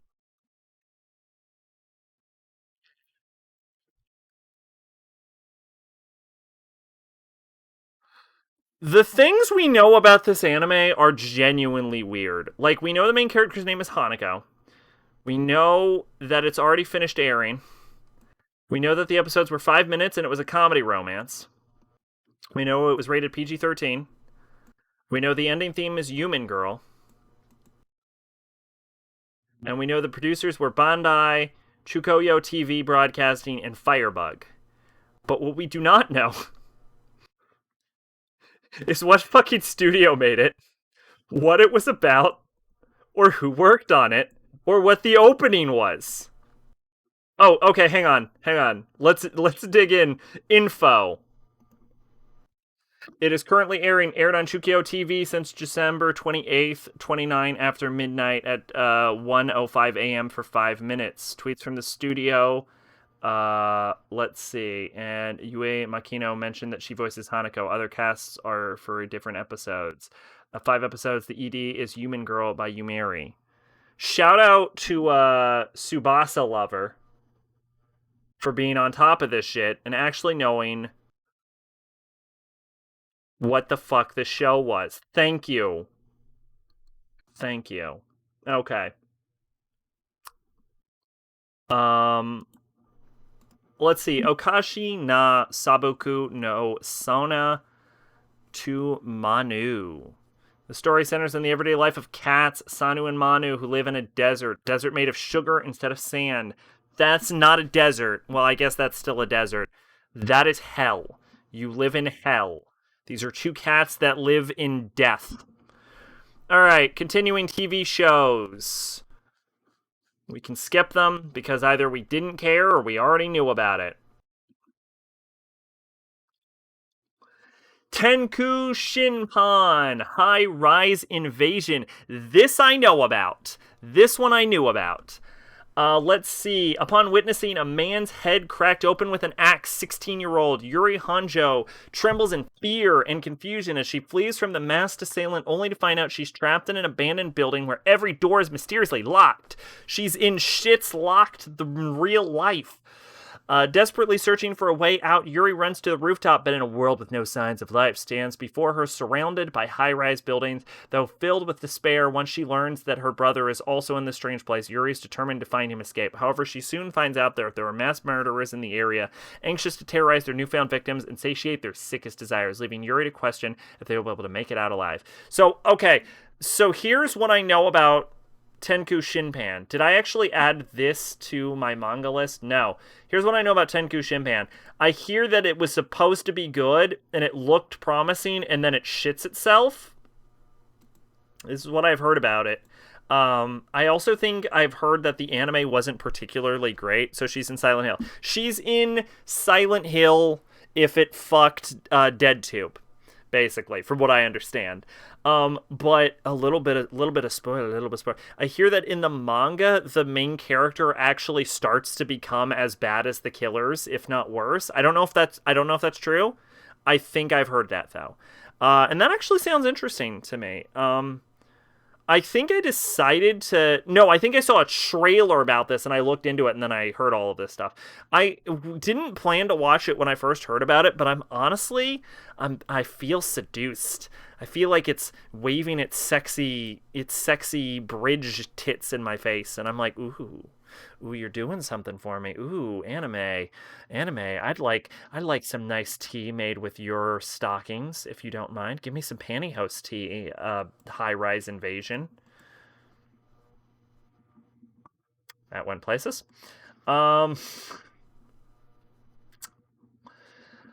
Otona no Buguya-san. Armor Shop for Ladies and Gentlemen. This is the second season of Armor Shop for Ladies and Gentlemen, of course.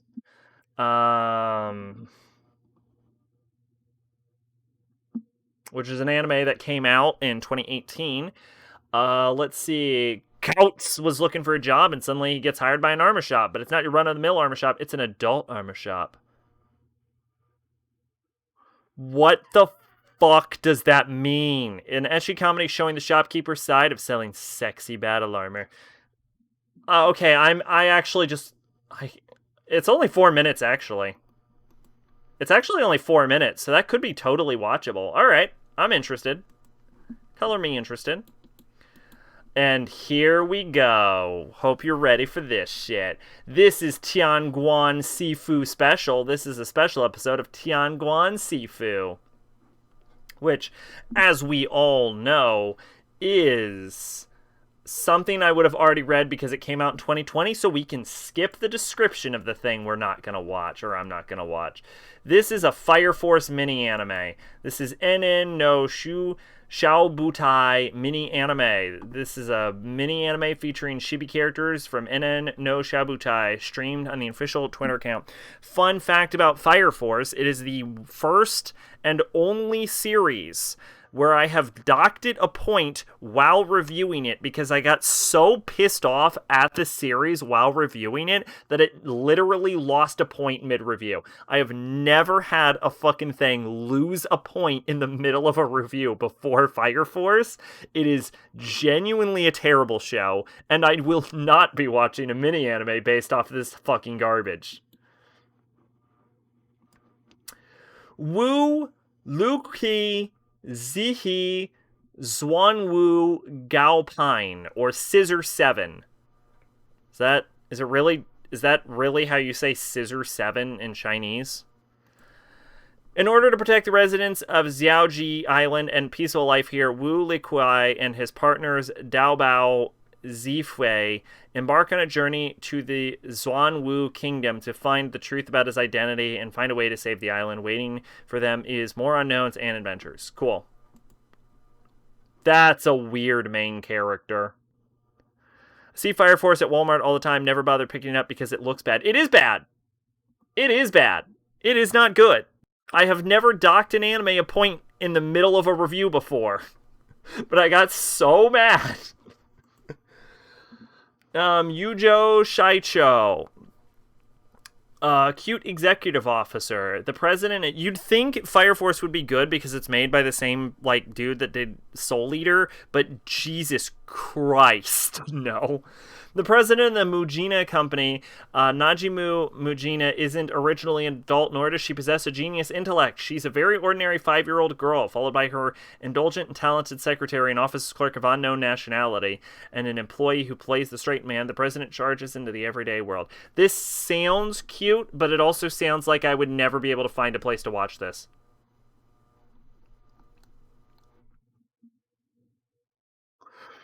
Yeah, this is licensed by Sentai Filmworks, which means I will never find this.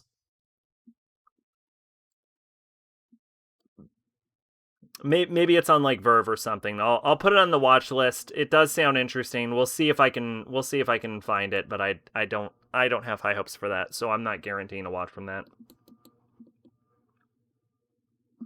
This is, of course, Doki Doki Mini Mini Kakushi Dungeon Gaikijo, which is a mini anime for Ora Dai Hiro Hirero Kukashi Dungeon, released on the official YouTube channel, which is the hidden dungeon only I can enter. Oh, okay, so this is like a mini based on the anime we already said we'd watch. Okay, cool.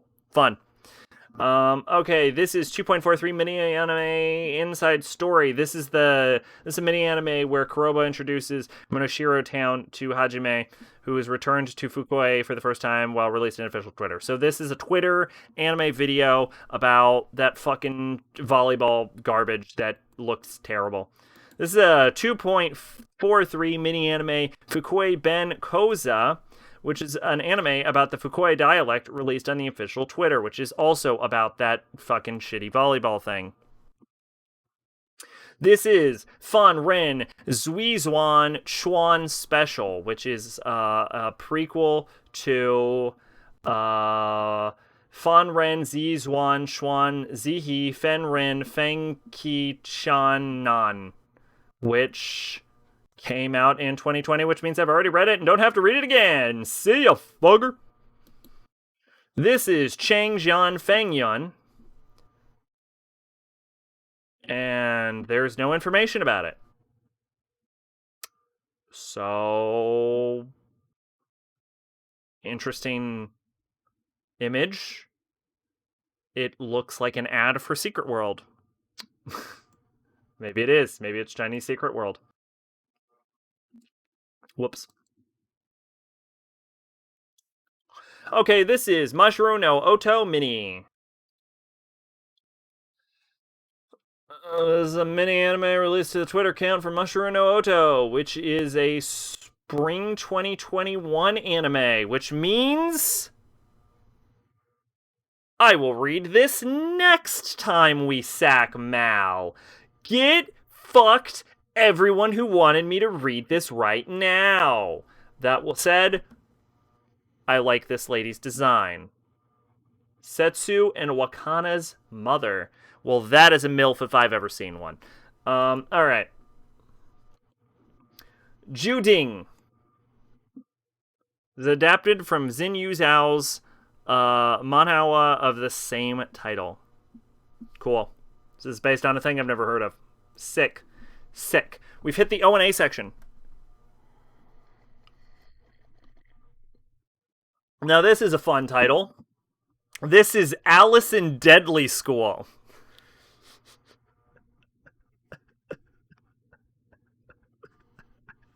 I'm gonna let that sit for a second for me. So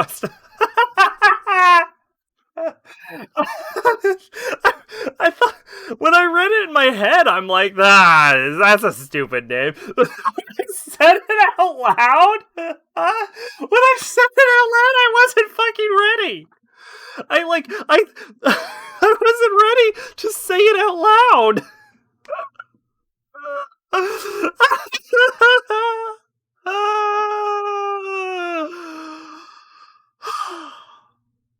Okay.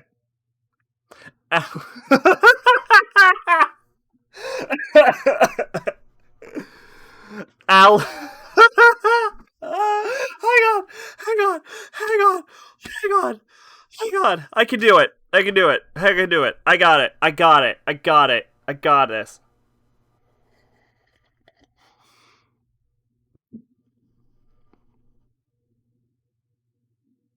Okay, I think we're done. Allison did.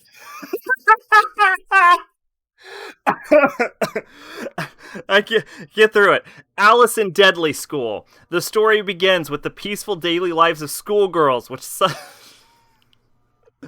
suddenly breaks down when former schoolmates become zombies. The story follows the actions taken by the girls left behind on the school roof.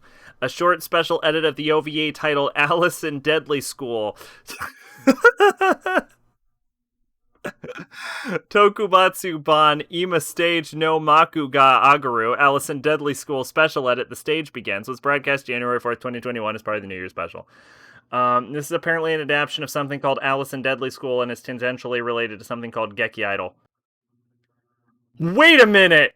Wait a minute! This is related to the post-apocalyptic idol shirt? Wait a minute! Wait the fucking minute! What the fuck is this? This is apparently an adaptation of a manga called Alice in Deadly School, and it has some relation to the Idol series from earlier on, Geki Idol, where it's a bunch of idols in a post-apocalyptic city. What the fuck? What the fuck? Well, yeah, obviously I have to. What the fuck? See, this is why we do SACing MAL. You might be like, oh, all you ever watch is garbage because you just pull random shit. But, like, sometimes we find the glory that is Geki Idol and Alice in Deadly School. A weird hodgepodge of girls being attacked by zombies while simultaneously another group of girls use holograms to become idols in a post-apocalyptic city that disappeared from the face of the earth. Obviously. Obviously, this is why we do this show. I don't know what I'm talking about when I say this is the worst show I make. This might be the best show I make. What is this? Alice in Deadly School 29. Oh. Planetarian Snow Globe. This is based off of a light novel I could just buy off of Steam if I wanted to. The new OVA will feature a prequel to Snow Globe, which debuted as part of a light novel volume that was bundled with a limited edition of the original PC game. The PC game. I could just buy this. This is just on Steam. If I cared, I would just buy the game. Sometimes it gets to a point where you just want to buy the game instead. Saizuru Toriwa Habatakanai Don't Stay Gold. I like the name. This is apparently related to something called Saizaru Tori Habatakanai The Clouds Gather, which is apparently an anime that came out in 2020, and I just said no. So, this is okay. Alright, this is like a sequel to a yaoi series. Alright. Let's see. Bean Bandit. I mean, look, first off, this looks like it is actually related to Gunsmith Cats. I was going to say this looks like the art style for Gunsmith Cats. But yeah, I'd just like to say I'd like to perform a little banditry on her bean, if you know what I'm saying. I need to watch Gunsmith Cats at some point. That's been on my list for like 1,000. This is also related to something I've never heard of called Riding Bean, though. which is Bean Bandit and is part. Oh, okay, interesting. Oh, is Gunsmith Cats a spin-off of Bean Bandit? Which one's the spin-off and which one's the original? Wait, I'd almost assume Gunsmith Cats is the spin-off, but it's like 1,000 times more famous than Bean Bandit. Yeah, yeah. Gunsmith Cats 1990 to April 20, yeah, to 1997, 75 chapters, whereas Bean Bandit was 88 to 89 and only ran for 4 chapters. So Gunsmith Cats is a spin-off of something called Riding Bean, but it's like 1,000 times more famous than Riding Bean. In Chicago, Ace Courier Bean Bandit rules the road and operates both sides of the law. It doesn't matter if it's legal or not. For the right price, he'll get your cargo where it needs to go. When it absolutely positively has to be there now, Bean Bandit is your man if you can afford his rate. So it's like, he's like Transporter. It's like the Transporter. That's interesting. I never actually knew Gunsmith Cats was a spin-off of anything. Probably because it's 1,000,000,000 times more famous than Riding Bean. So this is, so it's not clear whether this is an alternate adaptation of Riding Bean, like this is a new Riding Bean anime, or is this like a sequel to Riding Bean, or like a sequel to Gunsmith Cats? But that's interesting. Um, Maybe I'll follow that trail when I actually fucking finish Gunsmith Cats. But yeah, that is genuinely interesting to me.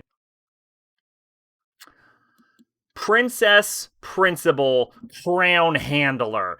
Yes! Princess Principal was really fucking good. I won't even read the description because I don't need to, because I will watch this movie.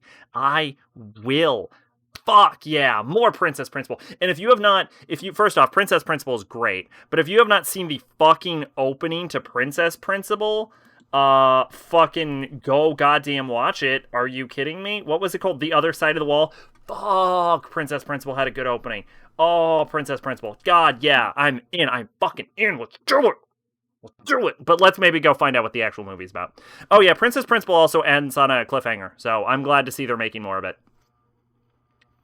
Film is set in London at the end of the 19th century after an attempted assassination of the imperial princess in the television anime. Spoilers, I guess, for the fucking anime. The Empire is increasing counter-spy actions in the wake of the incident. Wow.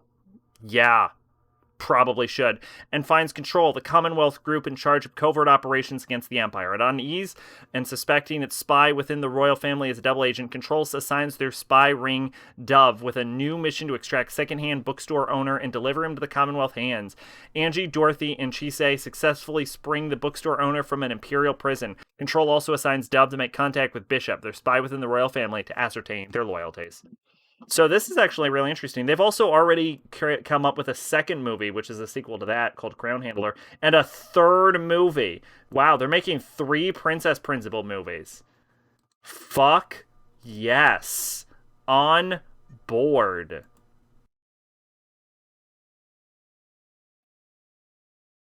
Mal is not properly updating. I mean, we can just go ahead and add all of these right now. Oh, this anime. Okay, so I can only add the one, but that's fine. Gintama the final. This is the final. This is Gintama the final. I guess this is wrapping up the Gintama arc. I'm gonna be honest. I've watched like 30 episodes of Gintama, and it's very hit or miss. Like some episodes are really good, and then some episodes are really bad. I hear you have not really watched Gintama, like until you've gotten to like episode like 50 or something. So I was planning to get to like I think the episode was like 53. If you get like past episode 53 and you're not feeling Gintama by 53, you're just never going to feel Gintama. But now I don't drop anime. So I have to eventually actually fucking force myself through 200 goddamn episodes of Gintama. And if it grabs me by episode 53, then I guess maybe we'll keep going until I watch this fucking movie. But to be honest, I don't know. I mean, we'll see. We'll see with Gintama.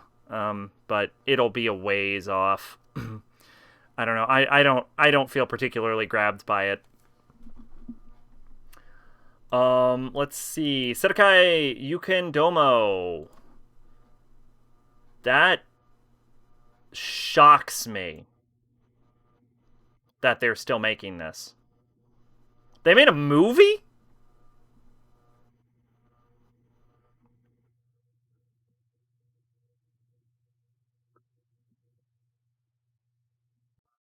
Wait, no, I've seen season 2 of this. Yeah, I saw season 2. What?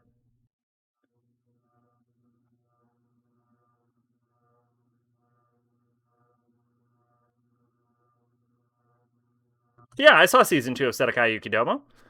I don't have this marked. Weird. Okay, I don't know why this wasn't marked.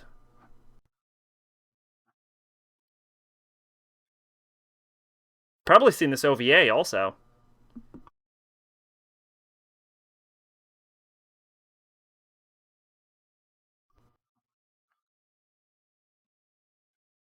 Yeah. Yeah, I've probably seen this. Yeah, I've seen this OVA too. That's a weird. I can't believe I missed this. I've definitely seen season 2 of Sedakai Yukinoma. Weird. Okay. Wow. A fucking series I've seen that I didn't mark. I didn't know those still existed. I thought I'd actually gotten all of them. I'm pretty confident I have not seen this OVA though. Wow. Okay. Yeah, I mean, I'll probably watch this movie. I didn't realize they made more of this. That's surprising. Wow, I legitimately until this moment thought I'd actually marked every anime I've ever seen. I am actually shocked that I didn't have that marked. So I bet again, Tom, and I wasn't into it. I only watched it because like every anime YouTuber said it was amazing. I didn't know the time anime YouTubers almost all have shit. That is very true. They do. Let's see. Natsume's Book of Friends. Woohoo Brokeback kept getting me to want to watch that, and I never fucking did because it never sounded interesting. The film will be made up of two stories, Ishi Okoshi and Ayashiki Raihosha. In Ishi Okoshi, Natsume meets a small yokai called Mitsumi in a forest. Mitsumi is entrusted to wake up the divine yokai Uatsutsu from its deep slumber. Mitsumi weighs on Natsume's mind, so he sets out to help Mitsumi with his task. In Ayashiki Raihosha, a mysterious visitor appears in front of Tanuma. Nearly every day, the visitor visits Tanuma and talks to him a little and then leaves. And Natsume, who knows the visitor is a yokai, worries for Tanuma, but Tanuma enjoys these exchanges with the yokai. The yokai means no harm, but Tanuma's health slowly starts to deteriorate. Whoever wrote this needs to be slapped. That is a terrible description of anything. I'm sure if you're a Natsume fan, I'm sure it's a great movie, but like that is not how you write a description. That's just a this happens and this happens, this happens and this happens. That's not how you draw someone in with a fucking plot synopsis. ANN. ANN. Fucking edit your goddamn text. That's awful. That's so boring to read. Fuck. Sell it a little. Make it exciting. This is Sailor Moon Eternal Movie 1. This is not gonna surprise anyone. I've seen all of Sailor Moon. I made a video about it. I've seen all of it. Do you think I'm not going to watch this movie? Of course I'm going to watch this fucking movie. There's my girl. There's my girl right there. Absolute best goddamn character right there. Chibi Usa, small lady Usagi. And that is Queen Nahelenia. And I am disappointed with myself that I can instantly look at a character and know who that is. But that is Queen Nahelenia. And that is the fucking mirror on the dark side of the moon. We're going to the dark side, bitches! This is by Shoujo Sailor Moon Eternal. Serves as the fourth installment in Toei's animation reboot of Naoko Takeuchi's original Magical Girl manga. The sequel was announced in January 2017 as part of the franchise's 25th anniversary and later confirmed to be a two-part anime film covering the Dream arc. Boom, boom, boom, boom, boom. Fun fact about Naoka Takeuchi. She is actually married to... let's see if I can actually find Naoki... Wait, no. The faster way to do this is to go to adaptation of Bai Shoujo and then Takeuchi Naoka. And she is married to...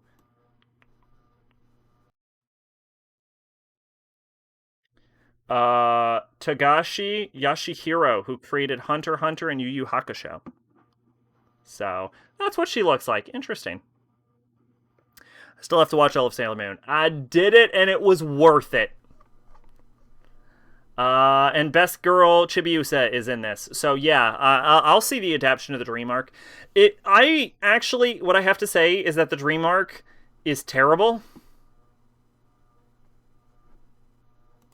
The Dream Arc is terrible. I got Sailor Moon S for Christmas. Ooh, which one was Sailor Moon S?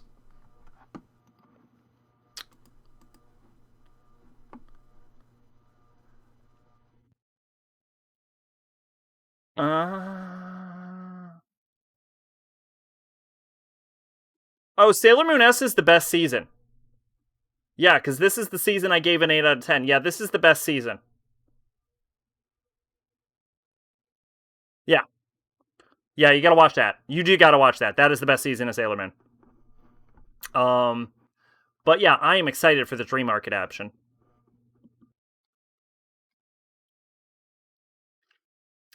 Girls and Panzer Saishu Show Part 3. Oh god, I dropped the part of my chair.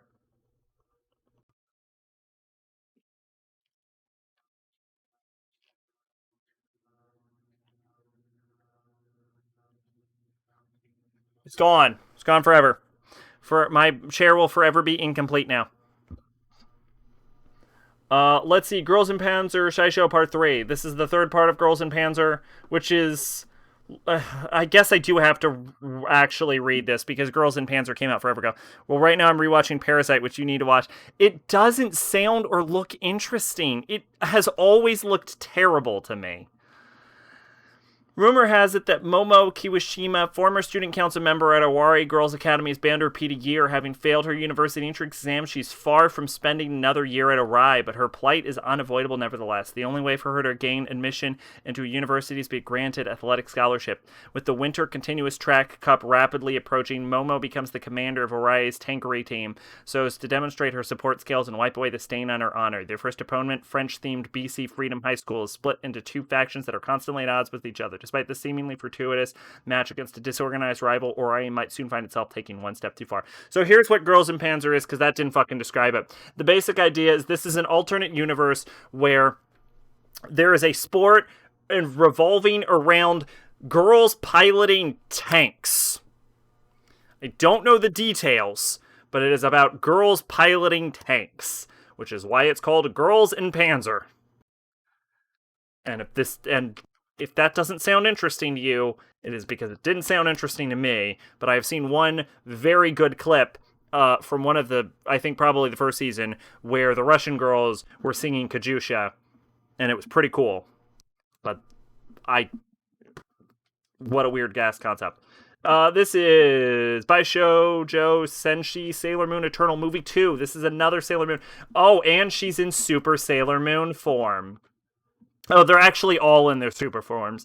This show never looked good. I kind of feel, yeah, I'm with you. So this shows Sailor Moon inside of her Sailor Moon form, and if you look at closely at the skirt design and the sleeve design, you will see that all of the girls are in their super sailor forms, which means that they have, of course, received the power from Pegasus, and they are all in their super forms, which is pretty fucking hype. Also, shout out to Setsuna. She's still goddamn alive, even though she literally blows herself up like Vegeta. I never think. Okay, I've gone on this rant before. Why is she alive? How did she live that?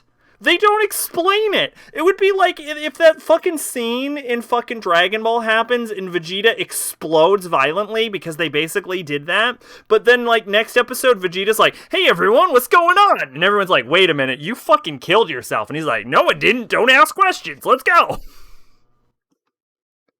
She just appears out of nowhere and she's like, hey, everyone, I'm back. And the other girls are like, what? What?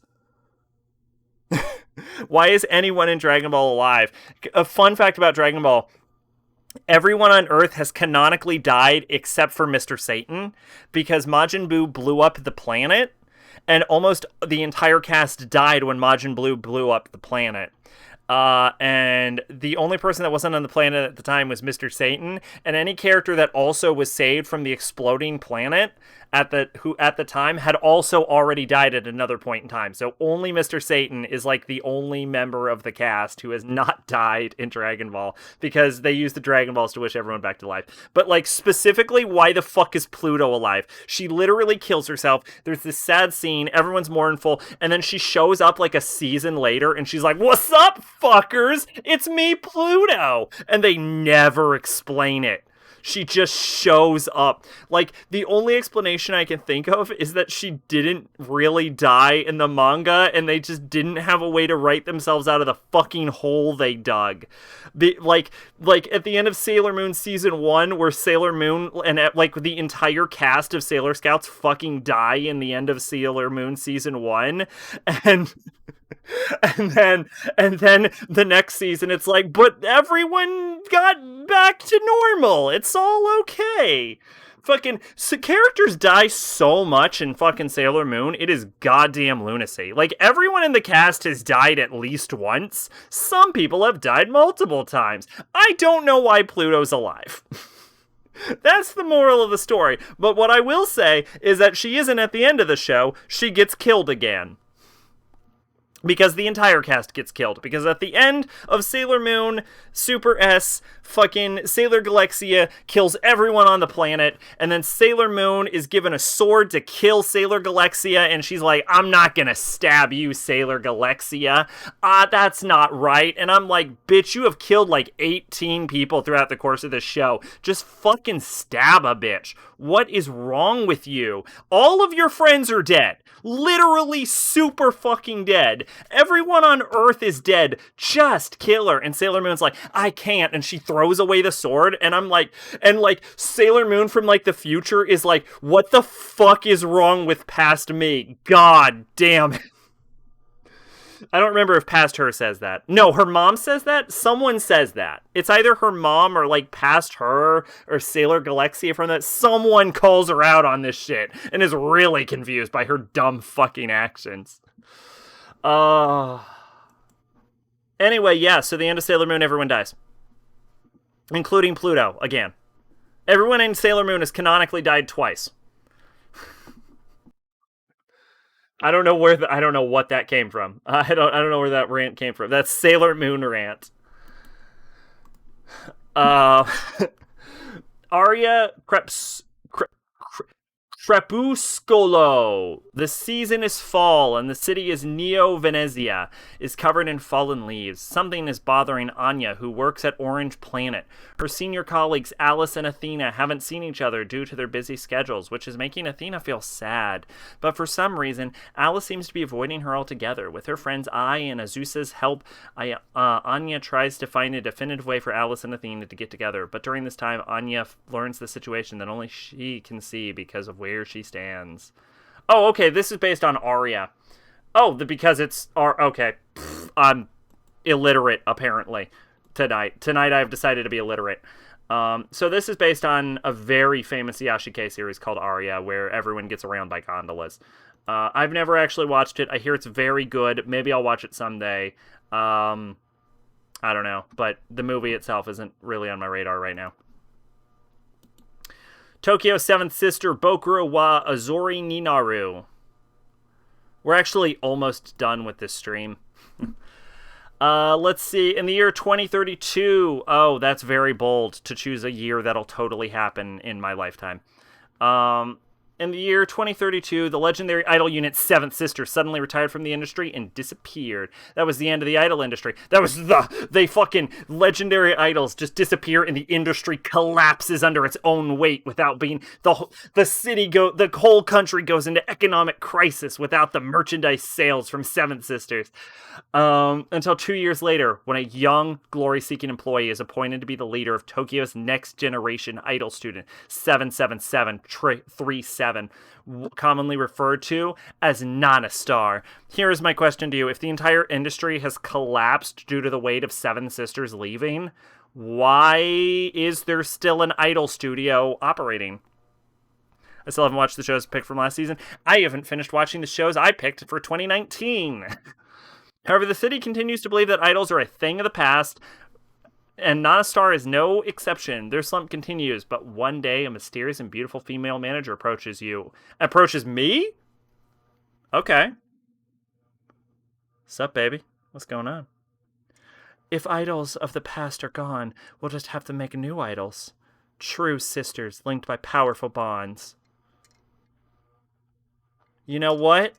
Let's do it. I'm in.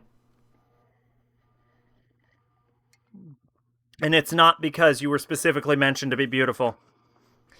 The story of the idols of the future of the non-stars will now unfold. I think I talked myself into playing with them. Why not? I'll give it a shot. Fuck it. The description sounds like one for a video game and not an anime. It is based off of a video game, hilariously enough.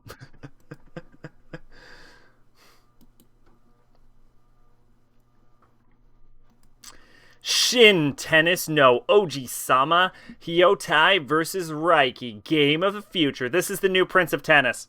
This new anime will tell an original story featuring a match between Hyotai Academy's secondary department led by Kaigo Otobe and Reiki, university-affiliated middle school led by Saichi Yukimura. The story was previously not depicted in the manga. But yeah, because you said it was an original story. Game, movie. All right, whatever. I think I actually legally have to watch Prince of Tennis at some point. But I do not have to watch that movie. Ah, good. The 1800th installment of Precure. Healin' Good Precure. Movie Yome no Machi de Kyun Tito Go Go Dai Henshin. Precure, you are an unapproachable... Why is there a winged dolphin that's pink in the background? Precure, what happened to you? How did you end up here? How did Precure end up there? Santa Company, Manatsu no Merry Christmas. Santa Company is an original work brought to life by Kenji Itosu. A short animation was released in 2014 after a successful crowdfunding campaign, followed by a feature-length version released in Japan in 2019. This work is a spin-off featuring some of the same characters. Upon their visit to a tropical island just below the equator, Mint and Co. from Santa Company find themselves confronted with a mountain of ocean debris. Small acts of carelessness upon carelessness have quite literally piled up into a big problem, just when Mint and the others have gotten themselves into a splendid, yet very strange, Christmas secret. I remember seeing an ad for it on Naruto DVD 7 years old when I was confused why that exists. I watched a few episodes when it was on, like, Toonami or something. It was actually pretty watchable. Like, it's not a bad show. I'm not, like, dreading having to watch it, but it's also not something I would go out of my way to watch normally. We literally don't know anything about Santa Company. I guess it's about Santa. Trainee Santa Company, Noelle White, prepares for a test to become an official Tentu. Her assignment is to find the most important thing for a Santa Claus. The deadline's nears, the answer's yet to be found. When a single letter from a child arrives at a company, as the letter is about to be handled as a defect, Noelle and friends set out an adventure of the present, but will not find the answer. So this is about people trying to be Santa. Because when I think Christmas, I think tropical islands.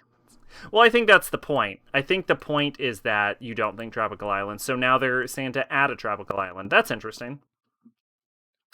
Oh, this is what Mal's been advertising everywhere. Like right here. Look at it, advertising it. Interesting. I mean, I have no real interest, but, you know, good for you. Merry Christmas. Oh, well, only 3 specials. This is Gintama, the semi-final. This is a new special that will tie into the 3rd new Gintama anime film. So there's your answer. This is the semi-final. This is Tensai Shitara Slime Data Ken Kanwa Hinata Sakaguchi. The time I reincarnated as Slime Season 2, Episode 24.9, Digression Hinata Sakaguchi. Let's see. It's a summary of the Season 1 with some extra content leading into Season 2. So I won't watch this. Because I'll just watch Season 2. This is Dogaiza da Tone de Mita Isekai Hen, which is a prequel to Dogaiza da Tone de Mata, which I've decided not to watch, apparently. I trained asking in Dogaiza. Grovel enough and you'll get what you want. This is the motto Suwaru Doga firmly stands by, believing that kneeling and begging will grant him a majestic view of women's naked body. After realizing the power of groveling in the Dogaiza stance, Doga wastes no time in exploiting it for lewd requests, targeting the cutest and hottest girls in school. He's one step closer to his goal of beholding their nude bodies, no matter what harm it may cause to his social standing. So I apparently intentionally avoided this because I have definitely read this description, and to be honest, I understand why. If you want isekai, you should watch Fire Tripper. I've actually never heard of Fire Tripper. Well, we've actually reached the end, so let's check out Fire Tripper. Careful, though. I have standards for my isekai. Oh, wow. This anime is super old and shitty looking. 1985. On a day like any other, Suzuko meets one of her neighbor's children, Shu, in a park on her way back from school and decides to walk home with him. Tragically, they never make it home. Suzuko and the young boy are caught in a giant gas explosion, though instead of dying instantly, Suzuko wakes up in the middle of a battlefield full of corpses in the Sengoku period, the most boring of all periods.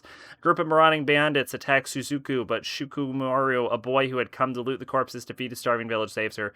Though they both return to the village, Suzuku refuses to give up searching for Shu and returns to the battlefield every day, and Shikamaru trailing behind. Though Shikamaru lacks anything resembling modern manners, she gradually finds herself drawn towards him. Just what fate awaits the young girl in this bloody period in Japanese history? That genuinely does not sound interesting. But all right. So, what did we actually get? What do we have on the list for this season? 1, 2, 3, 4, 5, 6, 7, 8, 9, 10, 11, 12, 13, 14, 15, 16, 17, 18, 19, 20, 21, 22, 23, 24, 25.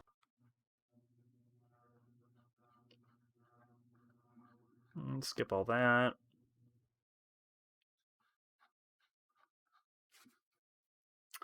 26, 27.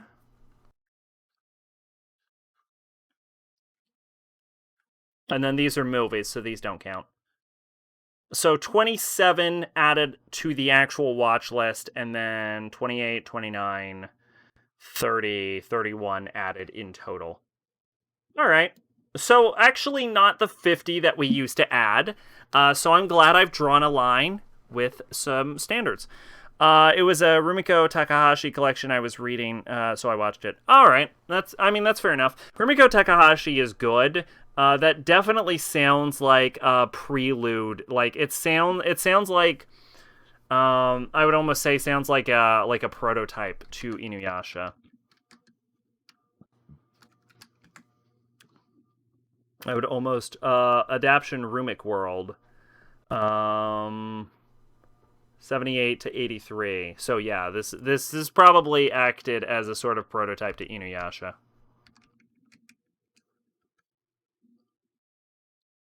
'96 to, yeah. So there we go.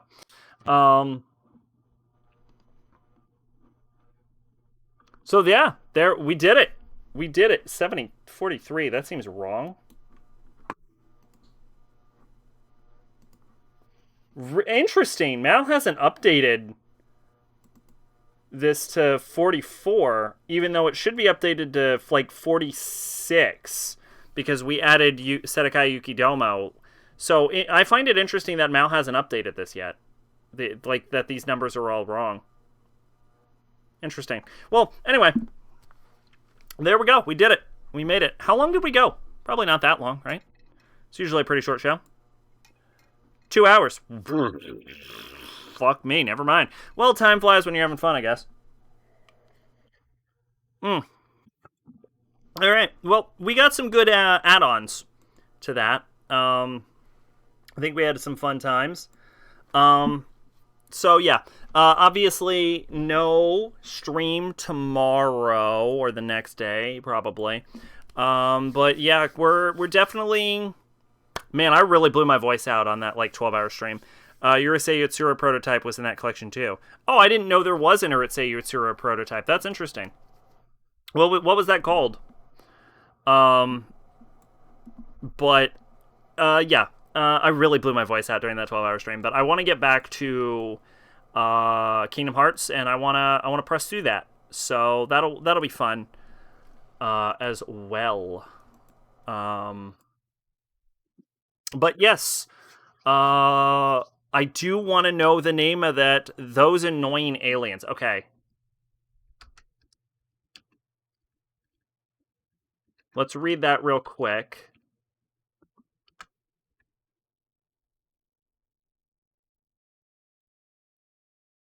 Uh,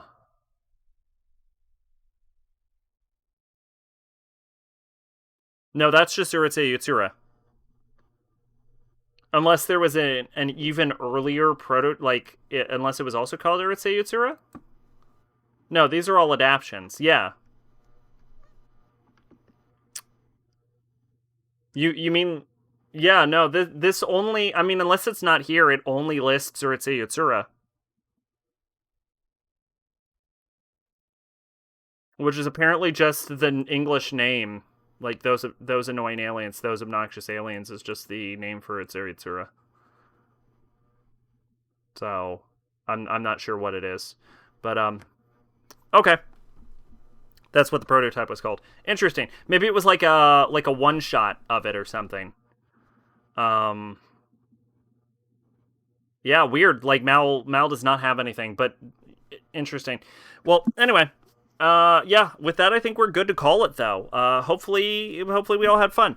I think you were actually the only one this entire stream. It would be in the Rumic World book. Rumic World book. Okay. Rumic World. Oh, it's probably part of the Rumic World. Um,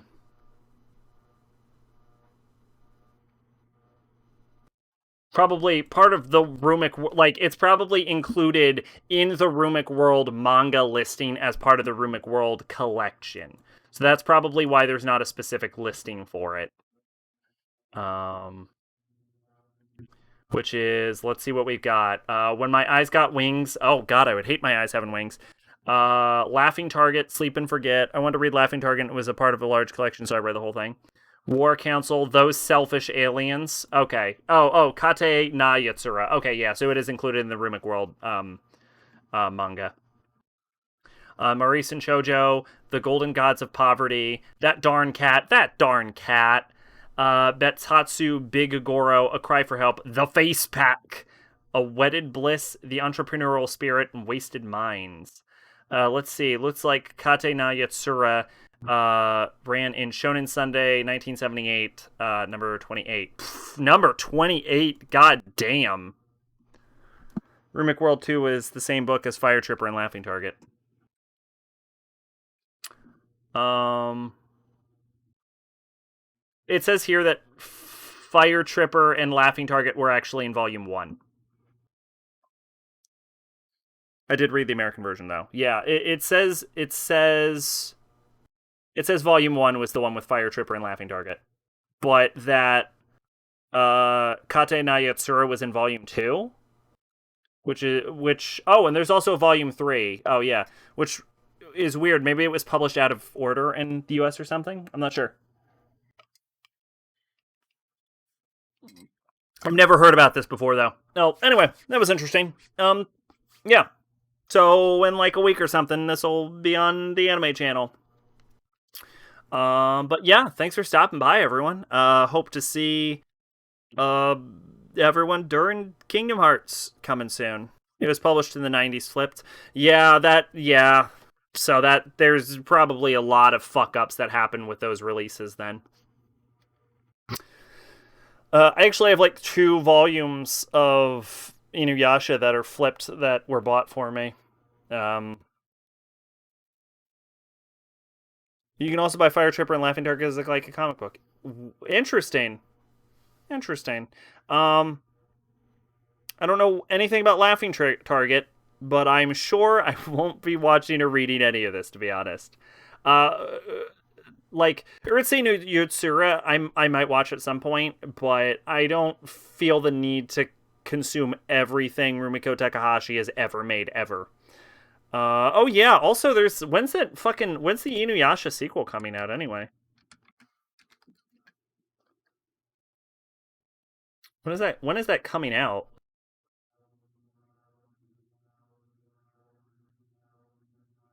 Oh, it's already out.